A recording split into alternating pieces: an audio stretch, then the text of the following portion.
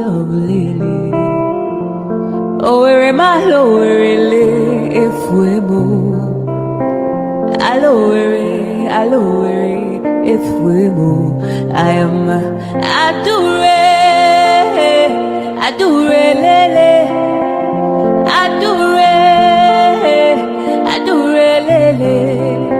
Ido kwa samaka onyoma odika powder. Ido kwa samupu onyoma odika fomu. Ido kwa samishi onyoma odika pilu. Oh lo lo lo lo, aturu bwebule wakamwa iwariwo. Ice. Rosa Olerio, Rosanna Olerio, Adikadimna. Adure Olerio, Adure, Aturubwe Bule Wakawa, Iurio, Adure Lele.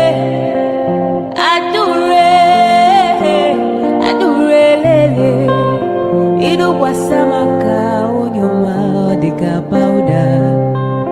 Ido kwa samuku onyoma odika fomu.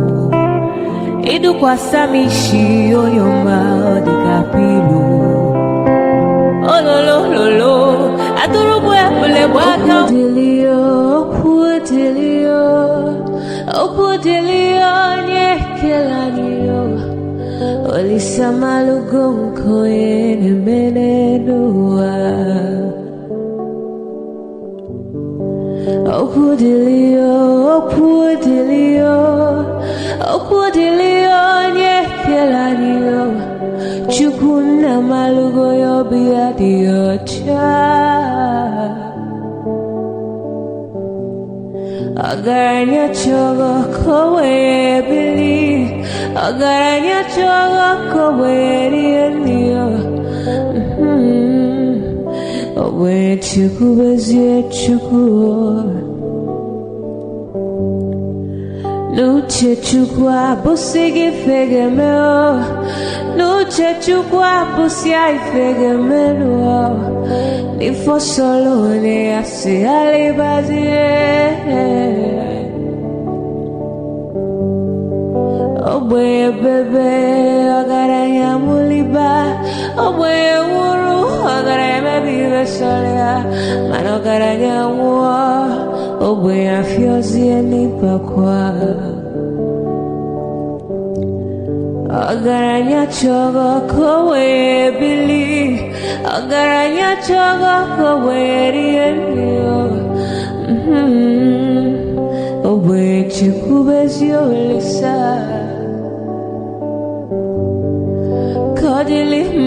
Kodili bemo. Kodili wakema, kodili wanima. Naino kwane we pelu.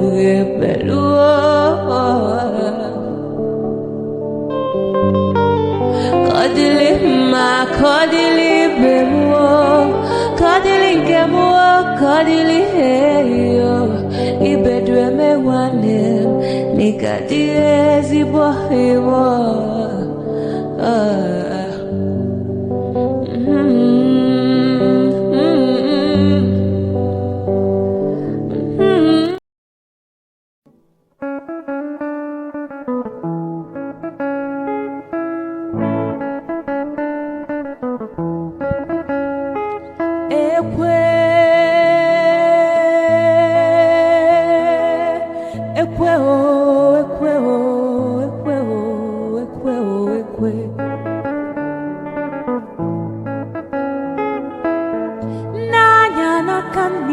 Nekwe kona bia, nanya na kebe. Nekwe kona bia, ebem jelu ekweje gwanu mi femgeme.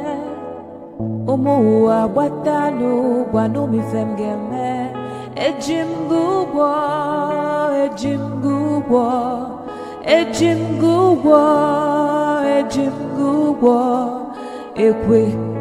Ekwe mbadike ekwe. ekwe mgbadike ekwe anọkwa mbe m ijelụbịa anọkwa mbe m ijelụbịa iwe bụ akpa ego wee bịa iwe dọkwasị m n'ụkwụ iwe na-ayọ m wee jụ iwe na-ebe akwa ị na-ebe akwa onye na-eti gị ekwe mgbadike ekwe onye ibe m na-ewe iwe nya biko wee gbuo ya ọsụkọsụ nwamkpi nya biko sugbuo ya onye ife m na-ewe iwe nya biko wee gbuo ya ọsụkọsụ nwamkpi nya biko sugbuo ya selense.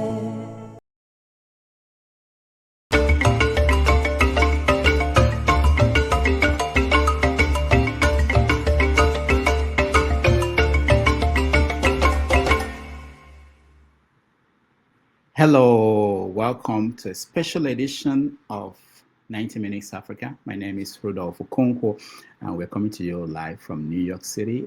It's Sunday, October the 5th. It's 1:39 p.m. here in New York City. And our guest, you all know, is a spirit. So we are waiting for our guest to be here. He promised that he will be here very soon. We're expecting him, and before he comes in, let me just say hello to a special friend of the show. He's not expecting this, but he's here for this special occasion. Let's see. Dr. Mo. I know you didn't. Welcome. How are we doing? Good. Thank you so much. Our guest today is a spirit and in human flesh. So he's running late, but he will be here in the next 5 minutes. So I just wanted to say hello to you as we wait for him to join us. Do you have a radio playing there? Huh? No, do you have radio playing? I'm hearing. I think it's the TV. Trying to watch some soccer, but I've done enough. Okay. Yeah. Okay, so. Okay, good. Yeah, he's very excited. I spoke to him last night, and he's there's some. I think some spirits came out from the shrine, and he's taking care of them. Okay. He's taking care of them before he comes on. But he's really open to having conversation about everything. Everything. Chris, welcome to the show. Thank you. Good evening, Rudolph. I'm looking forward to this particular show. I'm looking forward to it. Yes, a lot of people are interested in knowing what. Yes, I'm seriously interested. Thank you. All right, thank you so much. Hi, Ogamo. Okay, are you with me? Yeah, I'm here. Okay. So yes, the challenge is to balance it. We're trying to, and I'm maybe you'll be my co-host. I've been talking about co-host who is on assignment. Maybe today you co-host, because we want to talk about Igbo cosmology, and you know this more than I do. About our culture and or the what has happened to the Igbo belief system that was in place before the colonial period. And there are young people who are trying to reactivate those cultural practices, and so it's something that I know you are well versed in those conversations. Yeah, I tried. I tried. Yeah. So no one can claim to know the ways of the spirit. No one. Mm. Okay. The first truth I've heard from the Catholic Church was very simple. And it's in Igbo catechism. It says, Chukwu bụ mmụọ. That says it all. God is spirit. Since people started drinking tea with God and visiting God with Range Rovers, I just said to myself, something has gone wrong. So we just can't claim what we do not know. We work with what we know. Okay, so we shouldn't be against each other. If your prophet is great, he did something nice, fine. I believed in Christ. He said, love your neighbor as you love yourself. What could be heard about that? So we're just fighting for nothing. Actually, nothing. We don't know. Nobody has gone there. We sent out the Voyager since 1970s. It's still traveling and met no one. Nothing. In fact, we're not expecting Atlas 31 to come through and keep moving. We don't know. So everything we discuss should be in that prism that we're just trying to make sense of the life that we live, instead of claiming that you know it all. By the way, congratulations on yesterday's lady that. Oh yeah, yeah. That was good. Yeah, she broke it down. She nailed it, man. She nailed it. Yeah, you know, it's like just like the issue yesterday about being conservative, wanting things to remain the same, and in a world that is changing. Also for the Igbo people, I was talking to our guest, he will soon be here, and he was talking about people who take other titles and then move away from their hometown, the place that they're supposed to be priests or whatever it comes with, and go abroad and live, whether they maintain that that position as being an Ozo in New York. Not to talk about the chiefs and the kings and the other ones. so these are some of the issues that he's open to talking about those things and his own understanding, and he's just 28. You know. Yeah, yeah. It's good we talk about this, but the fact is, actually, somebody was telling me this morning about the Archbishop, whether the Catholic Church will move a little bit towards embracing women, and I said no. Francis tried it. He got a very big pushback. I don't know if you guys know this. With homosexuals and things, he got a very big pushback and stopped. He's gone. This guy's in. So, in our own case, we have to learn to live with the times. My grandfather was the last Ozo of my town. Nobody has taken it since then. He's very demanding. Your grandfather? Yes, was the last Ozo of my town. She said, Dad, nobody has taken the Ozo title. Some towns have tried to reactivate it in their own way. Get somebody from Umuri to come and initiate. And of course, the Ichi, this face scarification is gone. You no longer do that. So why don't you see that in a positive version? If you live in New York, you don't have somebody beating the gong for you to eat every time. You don't have to wear skirt and tie a red drape on your head. You don't have to. Nobody's going to kidnap you or enslave you. Okay, this is how to change, but the fact is that nobody is documenting it. There's no central authority that is kind of meeting and discussing these things. If you look at the internet, most content creators now of the Omenane, Bweziokwu, and some other things, they do their own thing. There's no central body to say, hey guys, this one is not going to work. This one is not fair. Even the Soludo thing that we'll get into, the Okite thing is done in Pentecostal churches. They give you something to wear, something to put in your house, something. It doesn't have to be a big pot of smelling stuff. No, every little thing will kind of give you the faith to do something that you will not ordinarily do. That is all there is to it. So you can be in New York and be an Ozo. You can be in Alaska and be an Ozo. All right. Because Ozo is more fundamental than wearing stuff. Our guest is here, and we are going to go live. And then I'll briefly, I don't have a lot of questions for him. I want this to be interactive as much.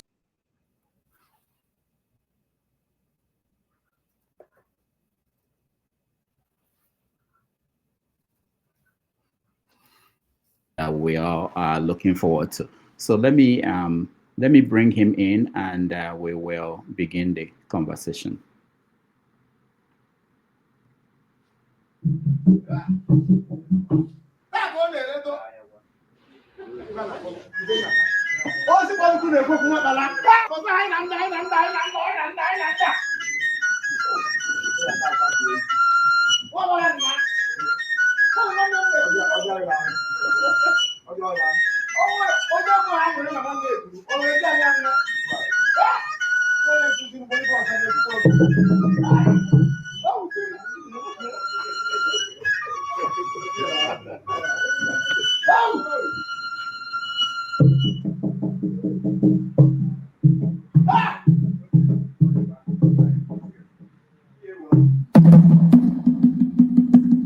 I don't want to be Piccolo more.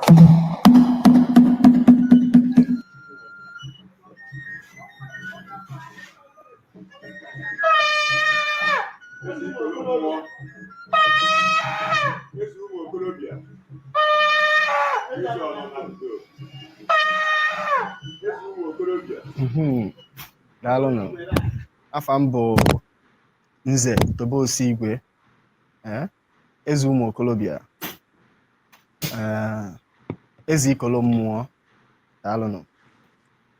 If now, I want to explain more on Ifozom. I know that you people have been watching my other videos from Mbenjewelu Okwani Nnewi, Jeshikasili Ndemwozo, to the visit of Igwe Nnewi, Igwe Nnewi, Obi Nnewi, Papala Nnewi, all the places I visited as the tradition and rights of Ishiozo Nnewi demands.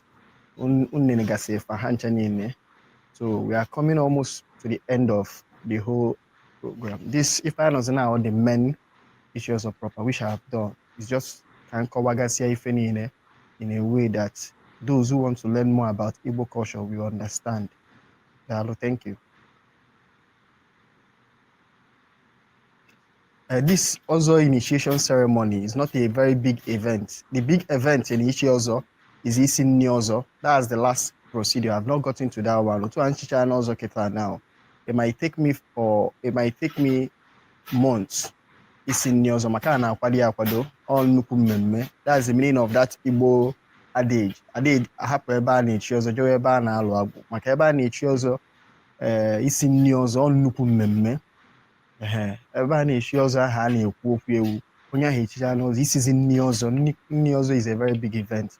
So Mananke Meluna Ichiwe Mozo is not a big event, it's a very small event. So then I invite those who are invited for this particular one. It's in the Chinos, EAGs in the Nine Chilozo. It's not a must, all of them. Abia Abia. This more Nina and Chikwalozo, EAGs, they are supposed to witness this here also. Then your family members, Yanogasia, and your friends, Yanogasia, just not like all your family members and not all like your friends. They are the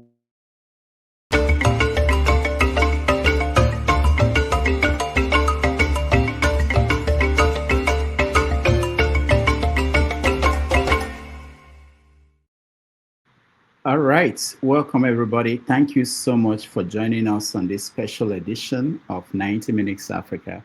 We have as our guest a writer, a filmmaker, dibia. He is also an Ozo title holder from Nnewi. He graduated from theater arts at the University of Nigeria and Nsukka. He is in the studio. He's having small technical problems. He comes in and he will go out. We will connect with him as soon as he's ready. He's also a head writer at one point. He started in Nollywood and rose to the point of being the head writer of this popular show, the Jack Johnsons. He's trying to switch his internet connection so that will join us. Let's take a look at the Johnsons. Not be less privileged. Don't blame you. Once they just notice that I have one small cash that I want to use for something else, they'll bring one bill. Look at this, 60,000.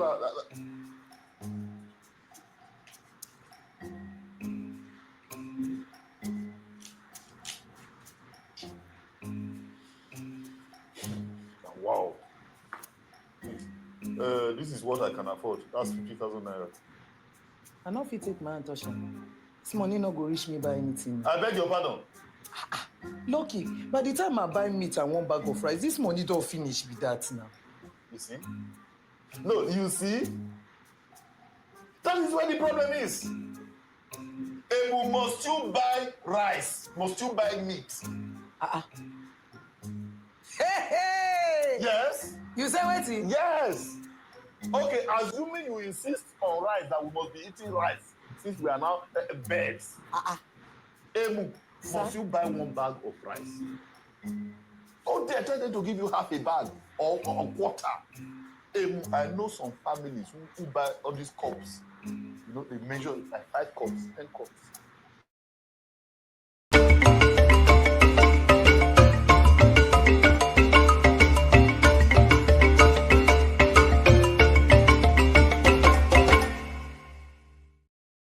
right, we're happy to welcome to the show our special guest, Nze Tobe Osigwe. Welcome to the show. Dalo, thank you. Thank you, Yeah. Doctor. It's nice to have you. Thank you so much for being here. A lot of people are really interested in talking to you. So, you are at Nnewi today? Yes, yes. Yes. Okay. How is Anambra State? Let me start from there. Anambra is peaceful.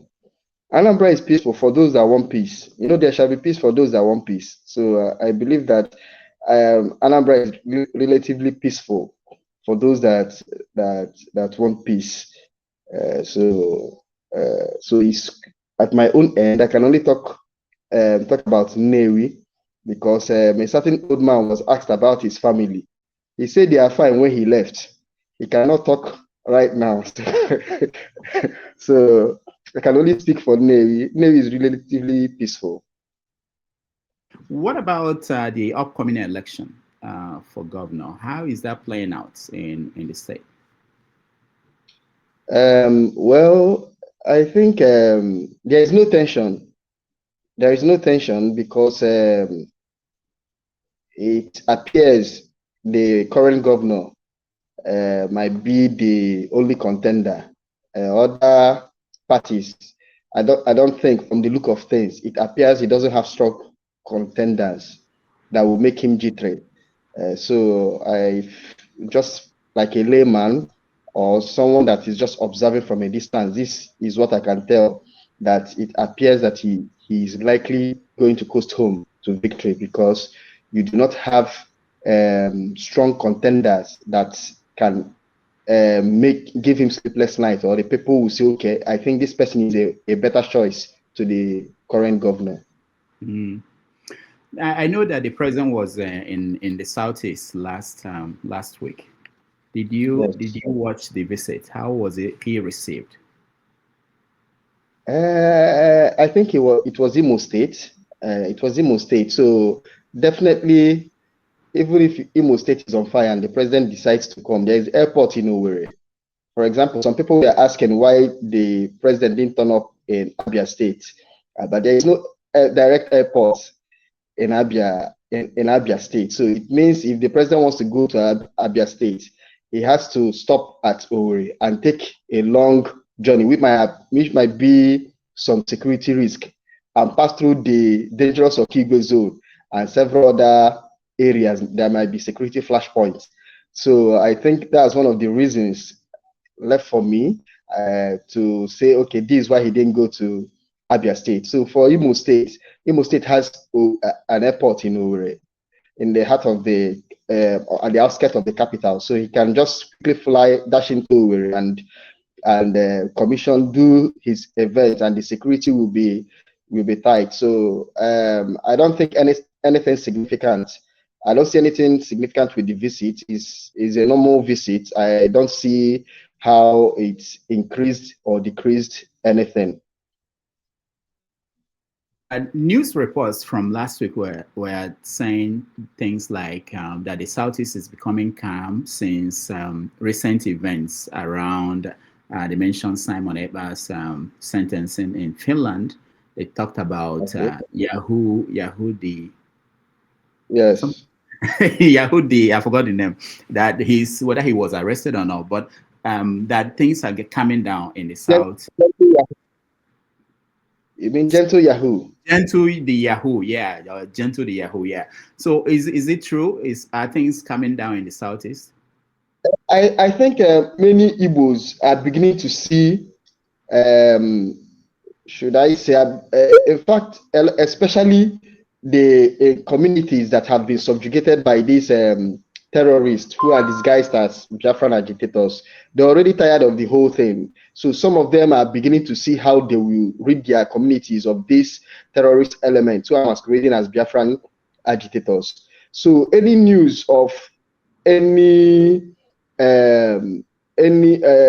arrest of all these terrorists will kind of bring joy to those in that community, and also those people in that community will be more emboldened to start returning to their various communities. So we can see that some of these arrests and some of these kidnaps, and also people coming to the realization they have been scammed with this whole Biafra agitation, is helping people to, go back to normalcy. However, someone like me is waiting till the day we stop sitting at home on Monday, till the day we stop sitting at home on Mondays and business and banks will open in our areas. That's when we say, okay, I think sense has finally returned. For now, it's a gradual process. We are getting there. So we are getting back to normalcy, but we can't say there is normalcy till we stop Monday sit at home in all parts of Igbo. Are you saying that people are still sitting at home every day, every Monday? Now, I have 3 children. My first child is 7 years old. She started school in 2021. My last child is, I think, 4 years, and he started school 2 years ago. So my 3 children have not gone to school on Monday since they started school. So they don't know what it means to go to school on Monday.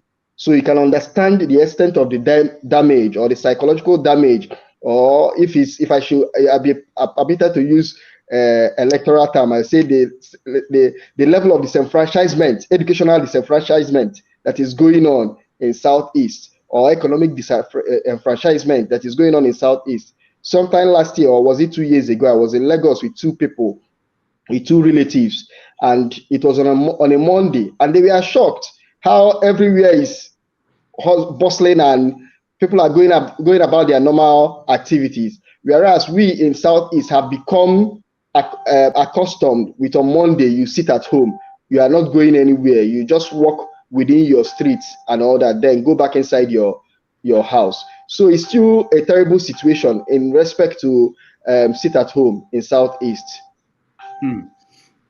Now, let me ask you, you talked about Anambra State upcoming election, and that is more like Governor Charles Soludo will get through without any serious challenge.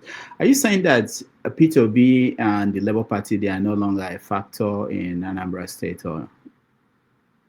Now, P2B is a popular personality, not a politician in the sense of being a politician, whereby you have a grounded structure. I've wrote several articles in that, and I say that in my own personal opinion, I would have advised P2B not to contest come 2027, that he would have used that opportunity to build structure, build followers offline, not online. So P2B does not have structure in Anambra State right now. I'm talking about structure that can galvanize victory, that is equivalent to his online popularity. So you must understand this. At times, when you are popular at times is not sexually transmitted, and also it cannot be inherited. You can be popular, doesn't mean that you can use your popularity and influence people to do something. Let's take, for example, we have several entertainers that you are popular, that people are following you, that you have 10 million followers on Instagram. Does not mean that you determine that you can influence the direction of presidential election or the governorship election in your state, despite people like you. The thing is that you are not the one contesting. Assuming you are the one contesting, that's where it will be a different kettle of fish. So P2B is not contesting. As far as P2B is not contesting, the love the people have for P2B is a totally different thing. Is there. It doesn't mean that love can be transferred to the people. P2B say, okay, support this person. Especially, it's not as if P2B is contesting that is a national election, that, okay, P2B is contesting for presidency or this post today. So if you are going to vote the party that is, vote anybody in that party for P2B. So let's not have any mistake. So that's not the issue here. So P2B don't have structure in Anambra State, political structure, not just in Anambra State, in several states across the nation. Most times we always try to play down on this reality, and we start screaming rigging. Yes, there are possibilities that you have been rigged, but we should also admit your own weakness. A chain is as strong as its weakest link. So we must admit that as far as P2B is concerned, despite he's from Anambra State, the Labour Party does not stand a chance to ABGA, a party that is rooted for almost 15 years or more in Anambra State, where it has a well-oiled and organized structure. You have people who are more interested in the party coming back to power than even the governors. You have many stakeholders who are more vested in victory. And these stakeholders tomorrow, if P2B says he wants to contest for presidency, they don't mind still voting for him for presidency. But as far as Anambra State governorship is concerned, they must protect their interests. So it's a different thing. This thing is very simple to understand for anybody who is on the street. People in Anambra State also complain about how Soludo has been running the state. They mention things like activities of they call them Diakodo. What is it called? I'm not sure the official name of that group. It's the state's official Agbero and the Agone Chamber. Agone Chamber is one, but official what? What do you call Agone Chamber? Official Bakassi Force or judicial whatever. Outfit, security outfit. Now the thing is, anybody who is telling you that perhaps because Soludo came out harshly in 2022 in condemning P2B's candidature, I think that's where his problem started. Soludo just has a PR problem. Nobody can fault or he makes a lot of gaffes and or he's loquacious. But if you want to be honest, you can't just dismiss Soludo that he's not working. We have seen terrible governors in Anambra State, which Chimaroke Naman is the poster child. Not Chimaroke Badinuju is the poster child of bad governance, of what it will be. So if you talk about Soludo in terms of indices for gov administration, you wouldn't score him below average. You score him above average. The only thing is that he overpromised that he will turn Anambra State into Dubai, Taiwan, and yet he has not been able to turn Anambra State even into Enugu. Talk less of Abuja. So aside that, he's trying. You don't expect a governor to use 3 years to perform magic or 4 years to perform magic. But in terms of infrastructure, he has been doing well. In terms of education, there is free education in Anambra State, which is a very big plus. People don't pay for WAEC, people don't pay for school fees. You might not understand the economic relief that brings in this time that we have the economic situation of Nigeria is in its lowest form ever. So in terms of agriculture, I can't see how I can score him so much. In terms of security is more hydra-headed. So it's not, there is a part that government needs to play, and there is a part the people also needs to play. The security forces need to work with information. You cannot be protecting criminal elements in your community and still be blaming the government that they are not working. You cannot legitimize terrorists and delegitimize the government of the day and expect the government of the day to work for you. You must understand that the terrorists, the security people, these people masquerading as agitators, or a lot of people who are embracing internet fraud, that they might be into some other things that might not really be internet fraud. So you cannot be glamorizing all those people and also expect the government to do what?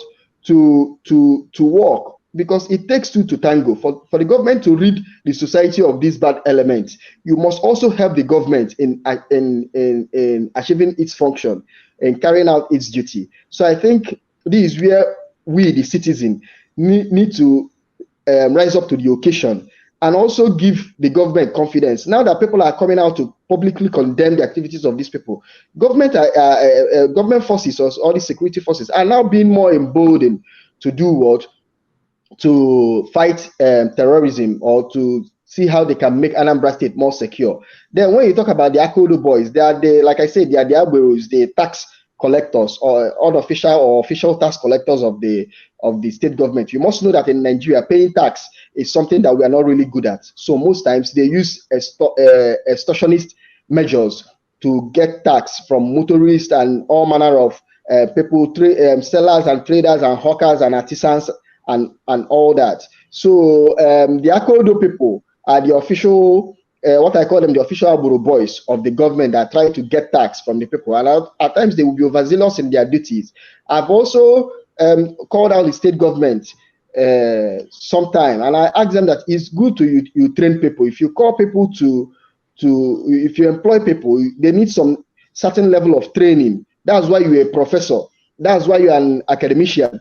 There is some certain level of finesse that is expected from a professor than from anybody when the person is in government. For example, we talk about electoral fraud in Nigeria, and some people are drawing out that most returning officers and most, what do they call them, during elections, these are professors, these are vice chancellors. How come they are embedded in perpetuating or they flawlessly carry out electoral fraud? There are some things in fact, in trouble with Nigeria, Chinua Achebe even highlighted that we have seen cases where professors are brought into governance, yet they perform below average.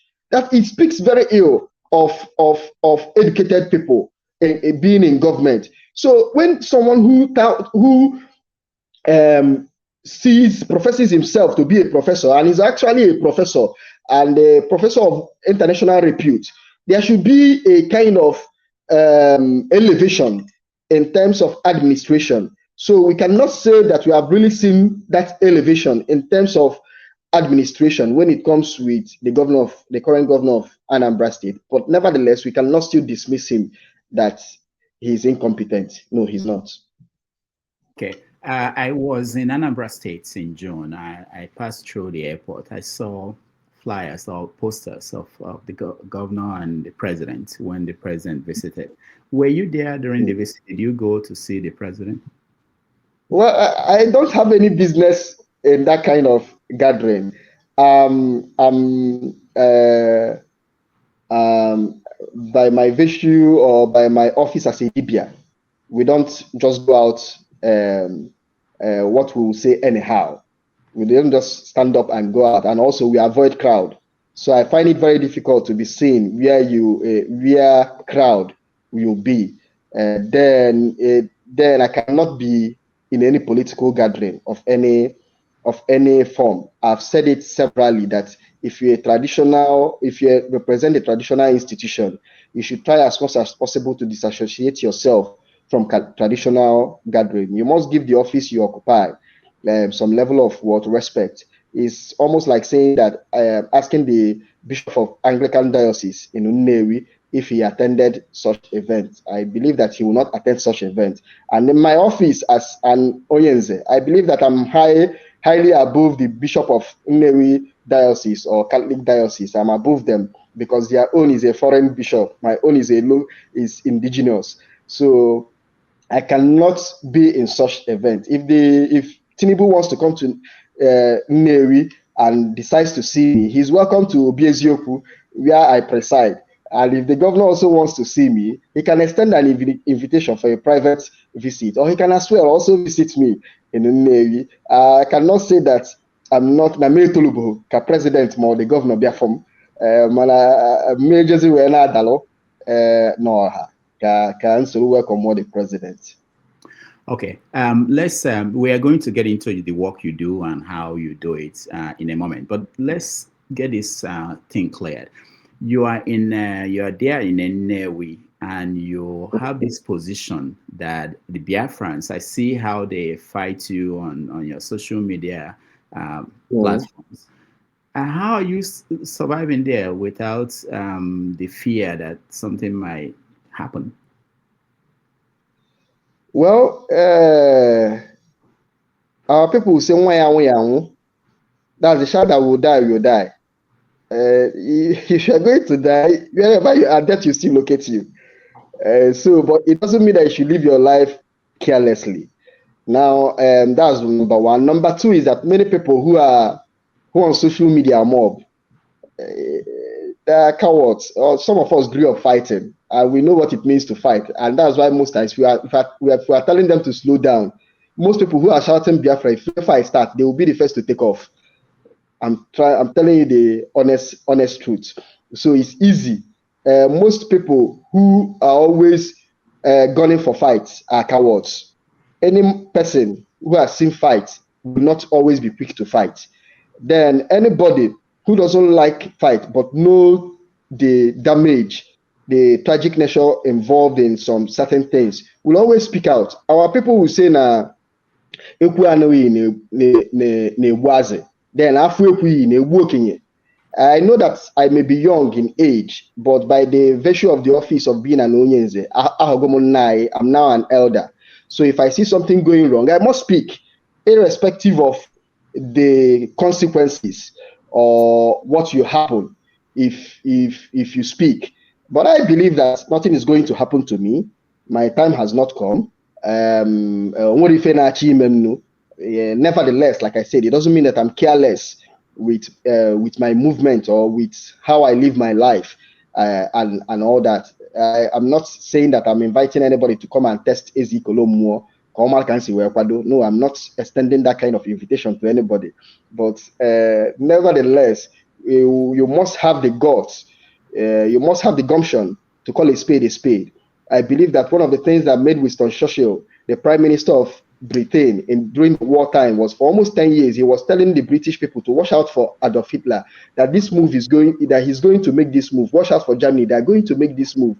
But when he was saying it, it was unpopular. But when push came to shove, the British people realized that it was this man that had been saying this for this particular time will be the right man for the job to stand up to Hitler. Nevertheless, we Igbos, I'm from Nnewi. I have seen Ejiro that boy in Nnewi. So you do not force an Onyen Nnewi to believe into something. No, you negotiate, you dialogue with Onyen Nnewi. And Igbos, traditionally, we are Republicans. Our system is dialogue driven. We don't understand that one person will say, and you say that Ekuchago, it's not possible. Say your own, let me say my own. So if you're saying you want Biafra, I'm trying to tell you I don't want it.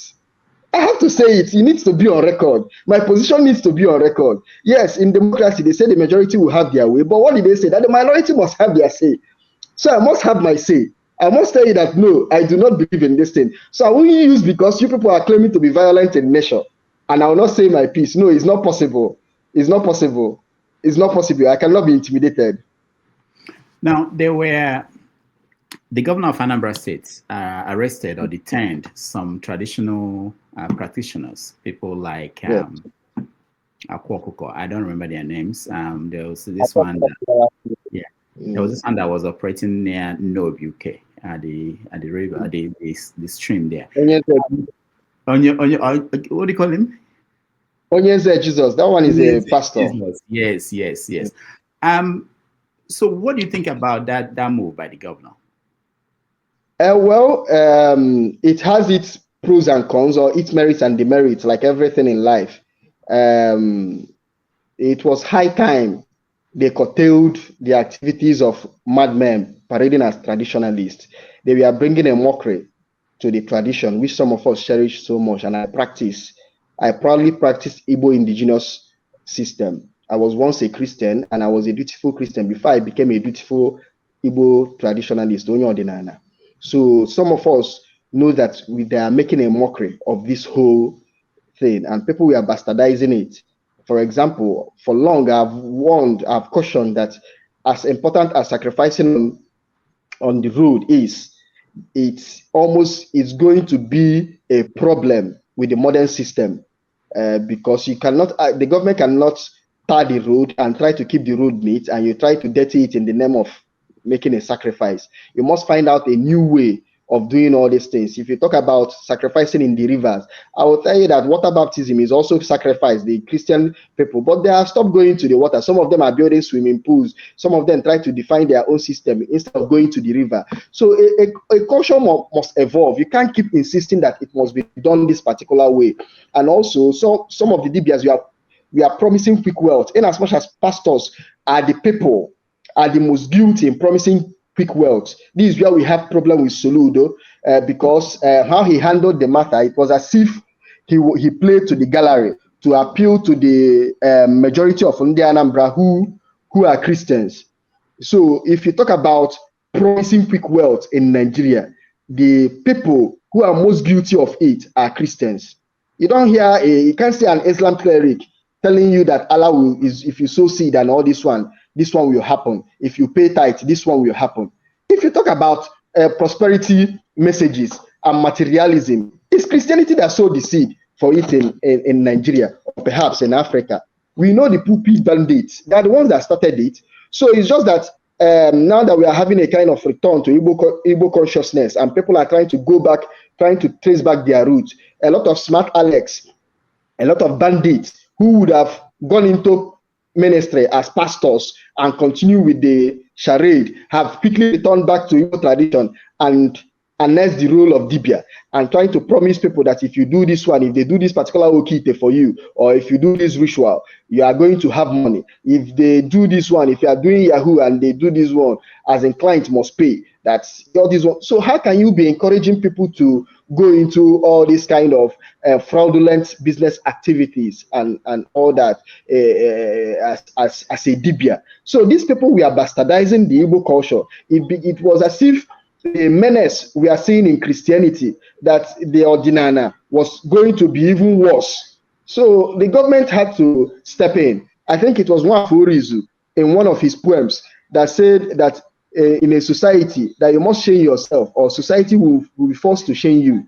So in life, you must call to yourself to order. If you don't call yourself to order, your community will call you to order. So I think this is what happened with these people. The government needed to step in, and so and the governor of Anambra State did the right thing. I wrote copiously about it, and I've made my position clear. I said that yes, what Akwa was doing was ordinana, but it was not a good form of ordinana. And I also faulted the governor when they arrested them for almost 2 or 3 months without charging them. And I was asking, where did they derive the power to keep them without charging them to court, to tell them so that they will be able to defend themselves. So you see that there were places the governor got it right, and there were some places that he actually got it wrong. So I think that's my position on this particular issue. So what were they charged? What was the charges against them? What did they do? Why were they arrested?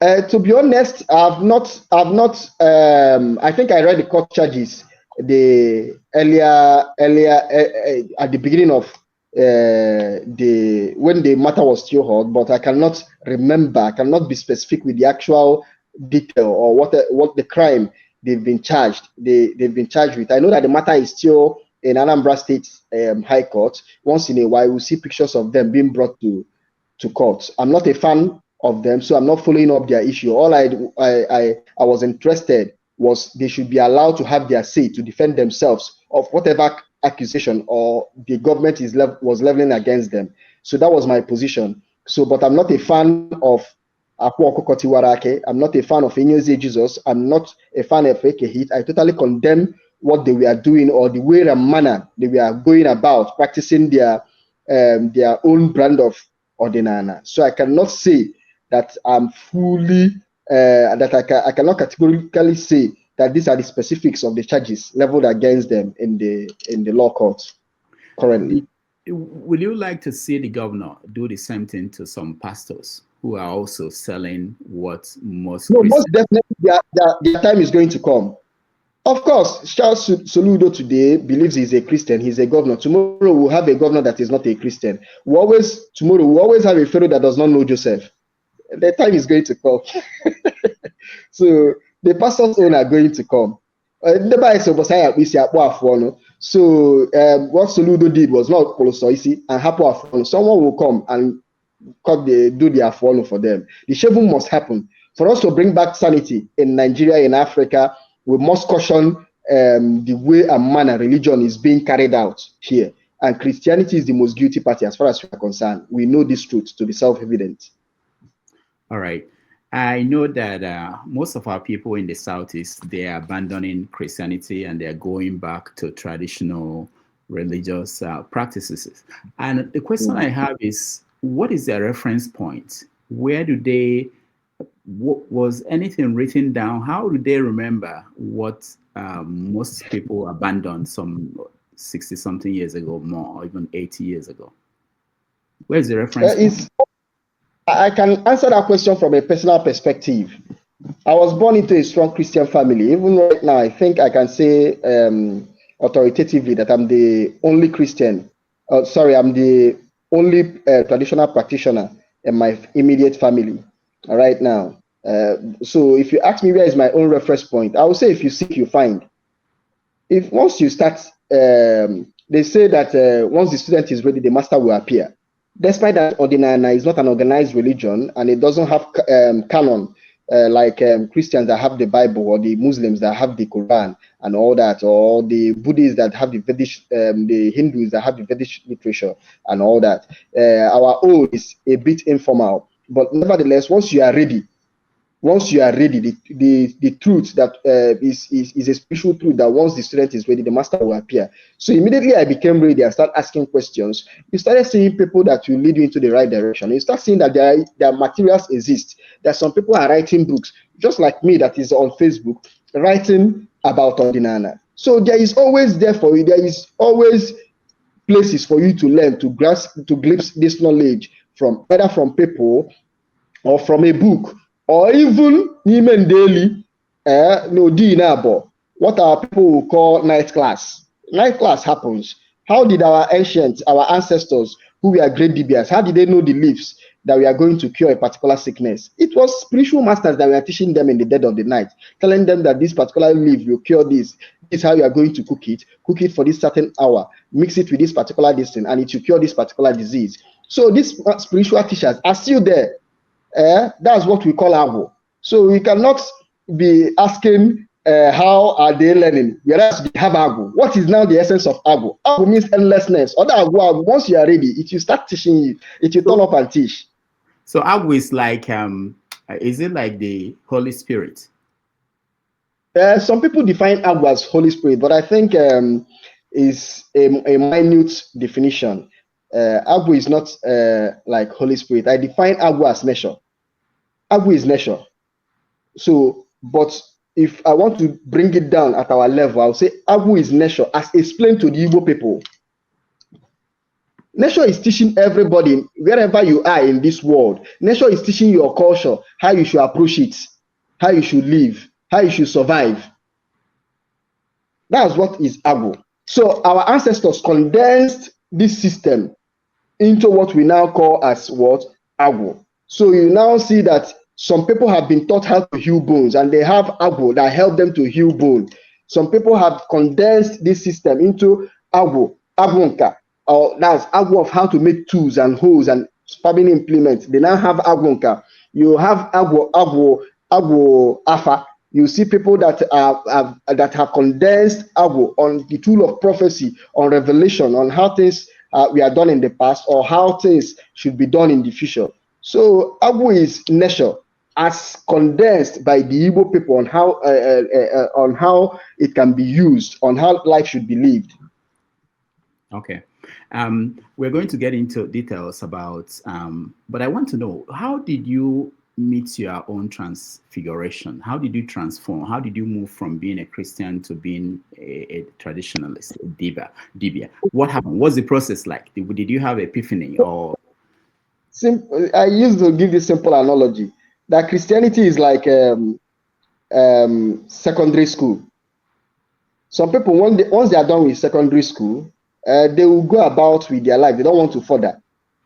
So if you finish secondary school and want to further, what you call university or tertiary education or college, depending on where you are from, you see that the next college is traditional religion. traditional religion is higher than Christianity, than organized religion. So I went into Christianity with a pure heart. And when I got to his zenith, I knew I've gotten to the zenith. I knew that a lot of things they were saying was no longer adding up. So it was in my search of knowledge, it was in my quest of knowledge that I got into Igbo traditional religion. I cannot say that I had this problem and a dibia cured me, and I turned into Igbo tradition, to believe into Igbo traditional religion. In fact, I can even say that I came into Ordinana when I was still more financially buoyant. So maybe that gave me a lot of material or resources to ask a lot of questions, buy a lot of books to understand what these people are trying to say, as in finance myself to go and meet people to ask questions and all that.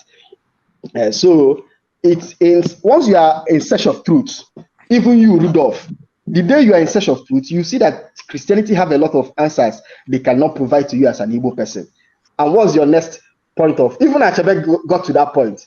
In some of his last interviews, while he passed on, he said that he was confused about the whole Christian thing. He was confused about identifying as a Christian. I think he tried saying that whether he would even prefer to identify himself as a Buddhist or as a Confucianist and all that. I think I read that in one of his interviews, one of his last interviews before he joined his ancestors. So as a person, if you have an inquisitive mind and you are an Igbo person, trust me, you must land in Ordinana. Unless you are afraid. Many people who are still Christians are afraid. It's fear that is holding a lot of Igbo people in Christianity. They don't want to go to hell. Some of us are no longer afraid of going. What is hell? What is hell? Now let me go ahead. Finish up. Yeah. So we know that it does not exist. We know that all these things are myths, formulated to prop up organized religion or any other form of religion. Every religion have its mates that they use to prop it up so that they can be able to ensure obedience or allegiance without people asking too much question or trying to cause problem to its foundation. You said a few moments ago that certain things did not add up in Christianity. Can you give us 2 examples of things that didn't add up? Okay. First, forgiveness of sin. In Christianity, they tell you about forgiveness of sin and also telling you that you shall reap what you sow. You see that these two things are contradictory. If someone is going to reap what he sow, why are you telling the person to ask for forgiveness? Igbos, there is nothing like forgiveness of sin. Igbos will tell you, forgiveness of sin is trying to, you are spoiling society. In real life, if you want to look at it, you see that every action has consequences. Without consequences, people will be careless with their actions. It's because there are consequences. That's why any wise person will be more circumspect in carrying out any action. So you cannot tell a person that if you sin, there will be no consequences. Just ask for forgiveness. Tell God that we are sorry. No. You are lying to the person. You are not telling the person the whole truth because it doesn't work that way. God does not forgive. God does not forgive. So God does not forgive. Briefly, if God forgives, why has he not forgotten? Why was it difficult for him to forgive Satan? So that we all have peace. And they will tell you that it's the sin that Satan committed.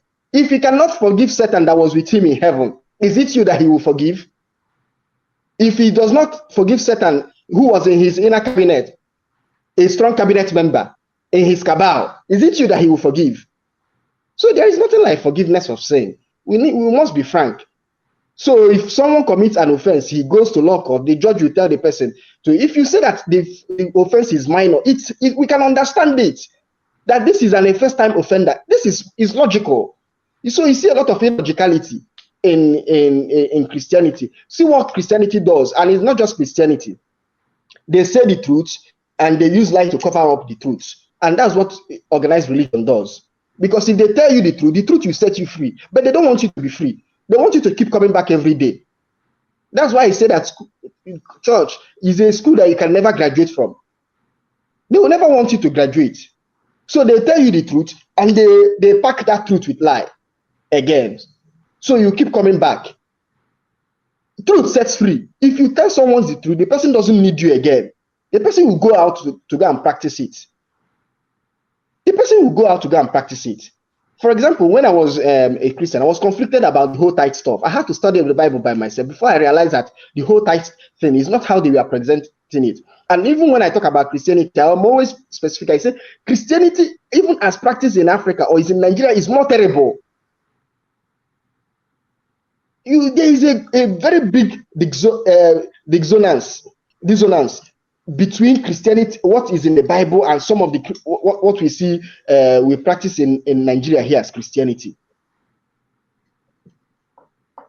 So why there's so much emphasis on money?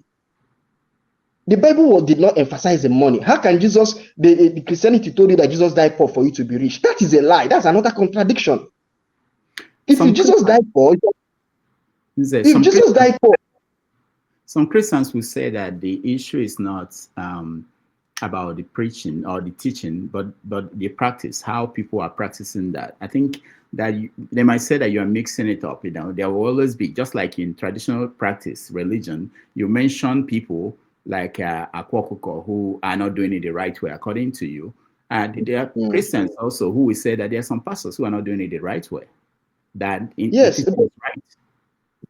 So what we are saying is that the room for error, the margin for error in Christianity is wide, unlike in Ordinana. Why? In Ordinana, you are dealing with earth, you are dealing with nature directly. You are saying that if this thing I'm saying is a lie, if I'm not getting it, if I'm saying this is not it, let the earth judge me. But in Christianity, they say, let God judge. Which God? Nobody knows the God. Christians are very smart, or the people that wrote the Bible. I said it, in the Old Testament, the Bible God had a name, Jehovah or Yahweh. In New Testament, they knew it was going to be issue because they are now packaging a religion for the whole, for a lot of people, or humanity, a lot different cultures. They didn't want to give it a name because once you give it a name, the person will tell you, no, they have their own God. They will not stay saying God. That word God is deceiving. It doesn't mean anything. So when you swear in the name of God, nothing is going to happen to you because there is nothing like God. And even me, I'm a God, you're a God. So who exactly are you swearing in the name? But pull your feet, as Africans, you tell you, or the Igbo tradition, stand on the ground, remove your slippers, stand on the ground and swear that this earth that I was born into, if I'm lying, if I have lied, if I enter into this office that I'm going to steal what does not belong to me, let this earth judge me. Then you see the earth will swing into action. That's why our forefathers, whenever they want to create a community, or if you buy a house or you buy a land, the first thing you do is to appease the land. Because they know that the land is a living organism, is a powerful force, is a god on its own. Who is Chukwu Abiyama? Our people, the Igbo, the Chukwu means two. We have Chukwu Abiyama, we have Chukwu. So at times people confuse the two. Chukwu can mean the Chukwu of Aro Chukwu, and Chukwu Abiyama means the unknowable God, the unknowable force. Our people, after identifying several power points, both Ani, both water, both their ancestors, both the God they created by themselves, both the God that appeared to them, and all manner of gods, they still admitted there is still a power beyond knowing. And you can only know that power when you come. That's the meaning of the word Chukwu Abiyama, Abiyalama. You must come. It's not God that someone introduced to you. Chukwu Abiyama is the God that you yourself will come, and the God will reveal itself only to you. Any God someone tells you about is no longer Chukwu Abiyama. That's, you see the extent of our ancestors' knowledge. Any God anybody refers to, that introduces to you, is no longer the Chukwu Abiyama. Our people will say, I go to onye follow Akuhibu Iweke. How can someone came 2000 and you are telling me that that's his own definition? Allow me to interact with the God. That's what our ancestors. That's why our ancestors never created an altar for Chukwu, because that Chukwu, you are not qualified to create an altar for the Chukwu. You can only identify it for yourself. Go and know it for yourself. Chukwu abiala ama, abia amalo. That's the full meaning. Chukwu abia amalo, Chukwu, because the Igbos believe that everything in this earth has a chi, but there is a bigger chi, Chukwu, that is above every chi. And you can only know that chi if you come to it. It will reveal itself to you. So whatever he reveals itself to you is only to you. If he reveals to another person, it will be in another form. So you are not going to start taking it to tell people this is how Chukwu is. Once you say this is how Chukwu, you have reduced it because it's beyond comprehension. All you have to know here is to open it to you to your own level. What's the relationship between you and your chi and your Chukwu? I don't worship Chukwu. I don't worship Chukwu. You are Tobe Chukwu, is it? Yes, my full name is Tobe Chukwu. So which Chukwu but I don't which Chukwu is the one I believe that the right people that will answer that question is my parents that gave me the name. My name that I have given myself is Nze Tobe Osigwe, which signifies my message. If you give birth to children and you give them name, if they grow up, they are supposed to find their own name for themselves that will define their own personality. So my parents gave me Tobe Chukwu. So my mother, in her own definition, or my father, it means to praise God. And they are Christians. It might be their own Christian God. So now you and your chi, what's the connection? How is the relationship? What does chi do? In Igbo cosmology, everybody has a chi. Chi have different meanings. It might be your guardian spirits. That guardian spirit can be a departed ancestor who has lived this life before you. Our people will say, oh, you are coming to the earth to live a life that someone has lived, and that person that has lived it is supposed to guide you. If you are coming to America for the first time, if you have an uncle, those at home will tell you, go and meet this person. That person in America that has been there before you, 10, 15 years before you come, you give you a good landing, a good guide. If the person gives you a bad guide, it becomes what Igbo calls a case of ajochi. So your chi is supposed to give you a good guide on this earth because your chi has lived before you. And it's now in the underworld. It's from that underworld that you are having you open a communication line between you and your chi. This is what the Igbos call Ipotuchi. A formal communication line has been opened between you in this land of the living and between your chi, who is in the land of the underworld, that is seeing everything that I have also had more experience than you. Now, I used to give this analogy about between chi, you and your chi. Imagine yourself flying an aeroplane and you have your information or technician at the control tower who is guiding you, giving you weather reports and everything. Your chi is that person at the control tower. You are the one flying the plane. So if you ask for information, your chi will provide a better guide. So who decides what chi you get when you are coming to this earth? That is for Mbishe. That is what we call Izuapala na Anamuo, or part of what we call Iyowa. Some of these things are Izuapala na Anamuo. That's where they make those arrangements. That's why another thing in Christianity is that they keep saying where someone will go if you die. But Christianity always find it difficult to answer where are you coming from. How can you answer where someone is going when you have not answered where the person is coming from? The Igbos will start by telling you you came from somewhere, from underworld. That's where this arrangement. Understand the arrangement you made before coming to this world. Christianity is more fixated in where you are going to go. Igbo cosmology is more fixated in you understanding where you are coming from before that you are someone, you undertook an oath. A lot of things happen. You were prepared before coming to this world. And I go to before I go abroad. Christianity has not answered where you came from. They are answering they are telling you where you go if you die. In the Bible, when you have a million or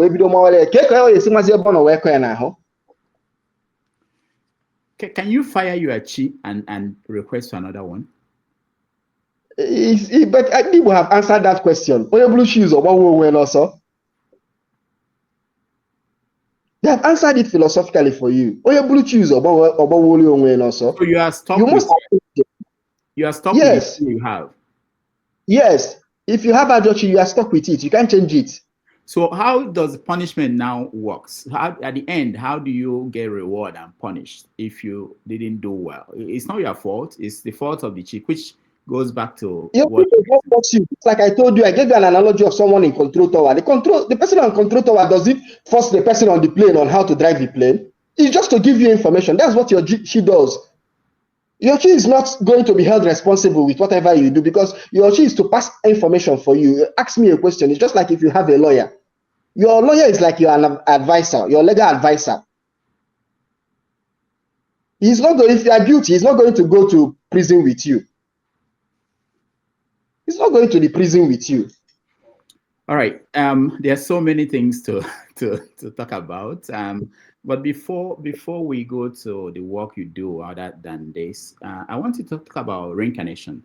I was born, and I was told that I was my grandfather that reincarnated. How do people determine that? How do you determine? Now, I believe that there is a lot of wrong definition or interpretation of this whole reincarnation. If, for example, the scenario you painted, that is your grandfather that reincarnated, what I will use the word returned, it means that you have returned again. That life no longer exists again. So at times, what people call reincarnation is what these Igbo people called chi.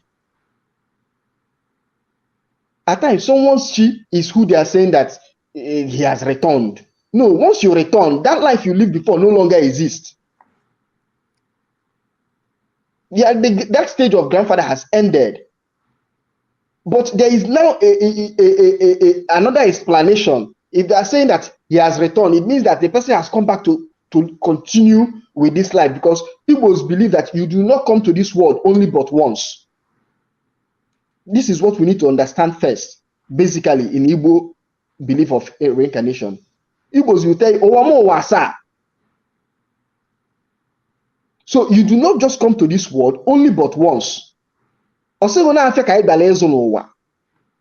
you seen any person who goes to the market only once? They are trying to tell you with that statement that life is cyclic, is a constant coming and going. To go. I was going to talk about. So the concept of Obanje means, yes, it means Mbaje. To break it down, Mbaje ka Mbajozi. That means you are existing somewhere. Now, where it becomes a problem is those who Mbajozi and are hurriedly going back. They don't want to stay, and it becomes a sort of concern to their parents here in the living. They now say, how do we solve this problem? For these children that come in that don't want to stay, how do we make them to stay? So you now see where the Igbos now forcefully give some children, when a parent gives birth to a child for almost 5 or 6 and they are dying, gets one and gives the person a mark. And next time the person returns, the person might come with that mark. It's not compulsory. You said might. Because it might not be the person that will come back again. So let me it's kind of reinforce the concept of reincarnation.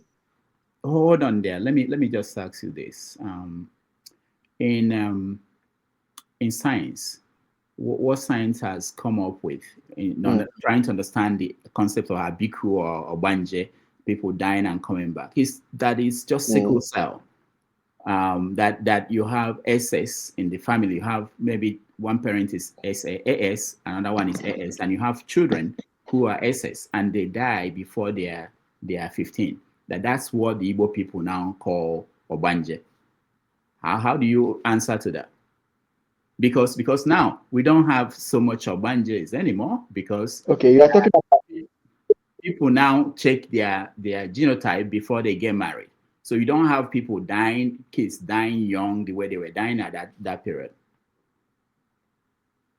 You cannot say that. You know that you cannot say that kids are not dying anymore. Kids are dying every day, just as we are talking about. Kids are still dying. We don't know what I mean. At the rate they were dying at that period. Even people are living longer now, but at that rate, especially in one particular family. I do not dispute science that AS and SS can rheumatism or how something factor is contributing to that. Yes, that possibility exists, but we must understand that two truths can coexist. That people are no longer dying now. Let me tell you one thing you must know for a fact. When you stop believing in something, that thing sees it comes as if it no longer exists, but doesn't mean that thing is still not possible. Is what you feed becomes reality. So it will take another form. That's why I'm telling you that Obanje still happens. People still die. We don't know the cause of their death. People still die at 14 years. People still die. I have someone that gave birth to 3 children. He has lost 2 of those children, and those 2 are 2 boys. He just have only 1 girl right now. Has he gone to Alpha to dig deep to find out what happened? We must know that in the age we are in now, people no longer ask questions, but our ancestors were asking questions. People cannot just, things happen now and people do not ask questions. And they say it's the will of God. But our ancestors were more inquisitive. Even this one you are talking about science, even our people now do not even do autopsy to find out why someone died. They do not even use science to even use scientifically to find out why someone died. So our ancestors were even more wiser than them. Now, we still do not ask questions traditionally. We do not even check off scientifically to know if there is any genetic something that led to the death. All right, Nze, we have to take a break. When we come back, we have a lot of people who are in the studio already, and a lot of people are interested in having the conversation with you. But we take a break. When we come back, we get to that. I will also get you to talk about your role in Nollywood and the movies and independent production that you are carrying out as we speak. Apart from that, yeah. So let's take a break. We'll be right back with Nze Tobe Osigwe. It's been a wonderful afternoon, Sunday afternoon here in New York. Thank you.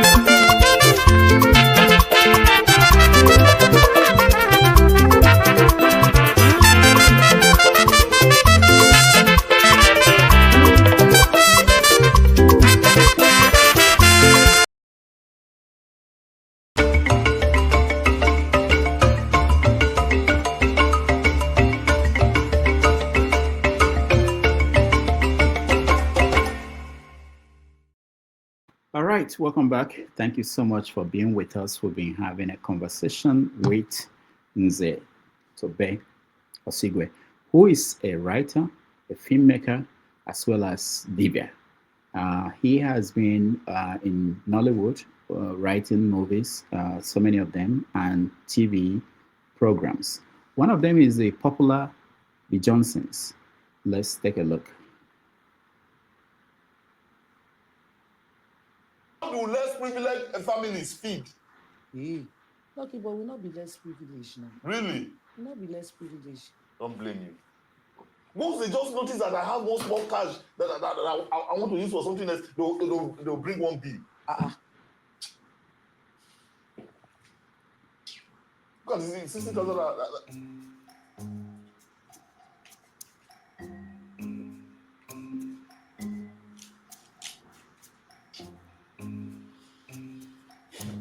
Wow. This is what I can afford. That's 50,000 naira. I not fit take my hand touch am. This money not go reach me by anything. I beg your pardon. Lucky, by the time I buy meat and one bag of rice, this money don't finish with that now. You see? No, you see? That is where the problem is. Must you buy rice? Must you buy meat? Hey! Yes. You say waiting? Yes. Okay, assuming you insist on rice, that we must be eating rice, since we are now birds. Must you buy one bag of rice? Oh, they tell them to give you half a bag or a quarter. I know some families who buy all these cups. You know, they measure like 5 cups, 10 cups. As for the meat, you are not getting younger if you don't know. We are not a baby. At our age, we don't need meat. What we need is calcium to make our bones strong. Calcium is found in bones. But in case you want to soften it a bit, you can add biscuit bones. Lucky, you hear what you hear yourself? Of course, I can hear myself loud and clear. Yeah.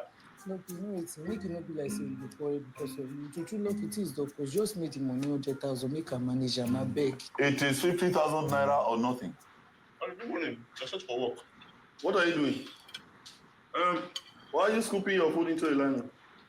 I'm done eating, Daddy, so I'm just giving what's left to my friend's dog. Huh? No, I didn't hear you. I'm done eating, so I'm giving what's left to my friend's dog. Did you hear that? No, have you seen with your naked eyes how food is being wasted in this house? Have you seen that? Lucky, this food not reach you that small. All right, Nze, welcome back. Yes. Was that your production? That episode? Yes. I cannot say if I'm the one that wrote that particular episode. Okay. I wrote several episodes. Okay. I wrote close to 500 and something episodes of The Johnsons. That's a lot. So for those who do not know, you studied theater arts at UNN. What year did you come out? 2010. 2010. So yes. Why did you choose to write instead of acting? Or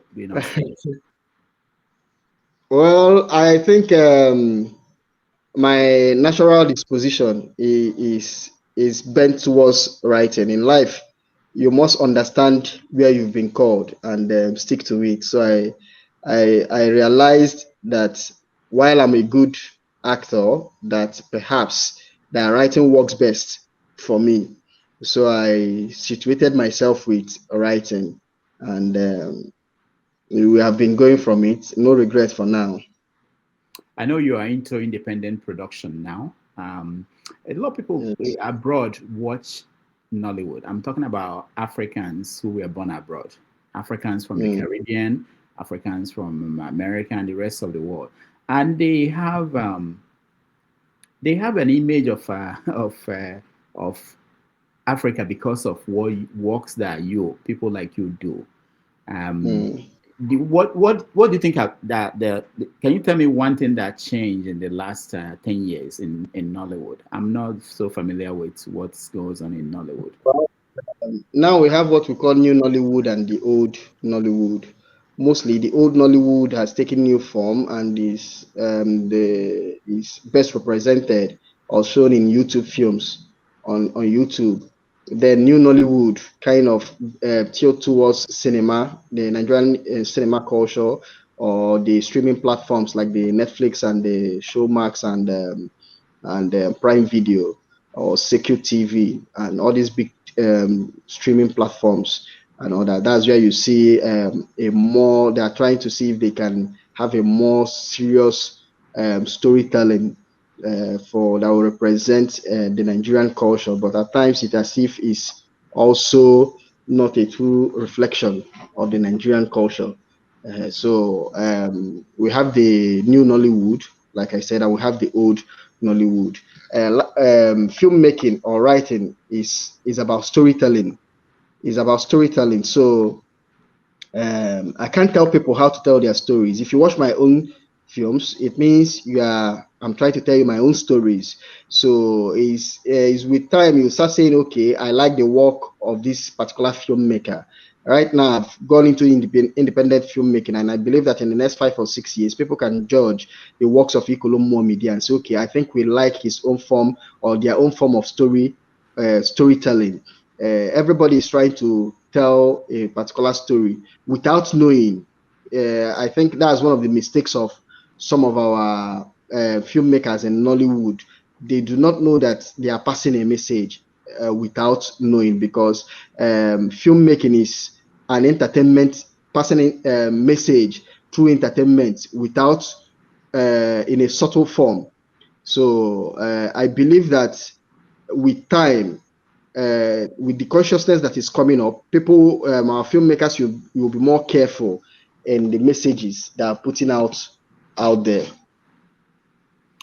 All right.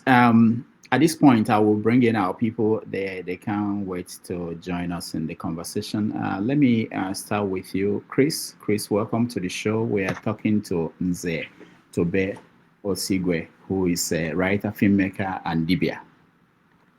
Go ahead. Hello.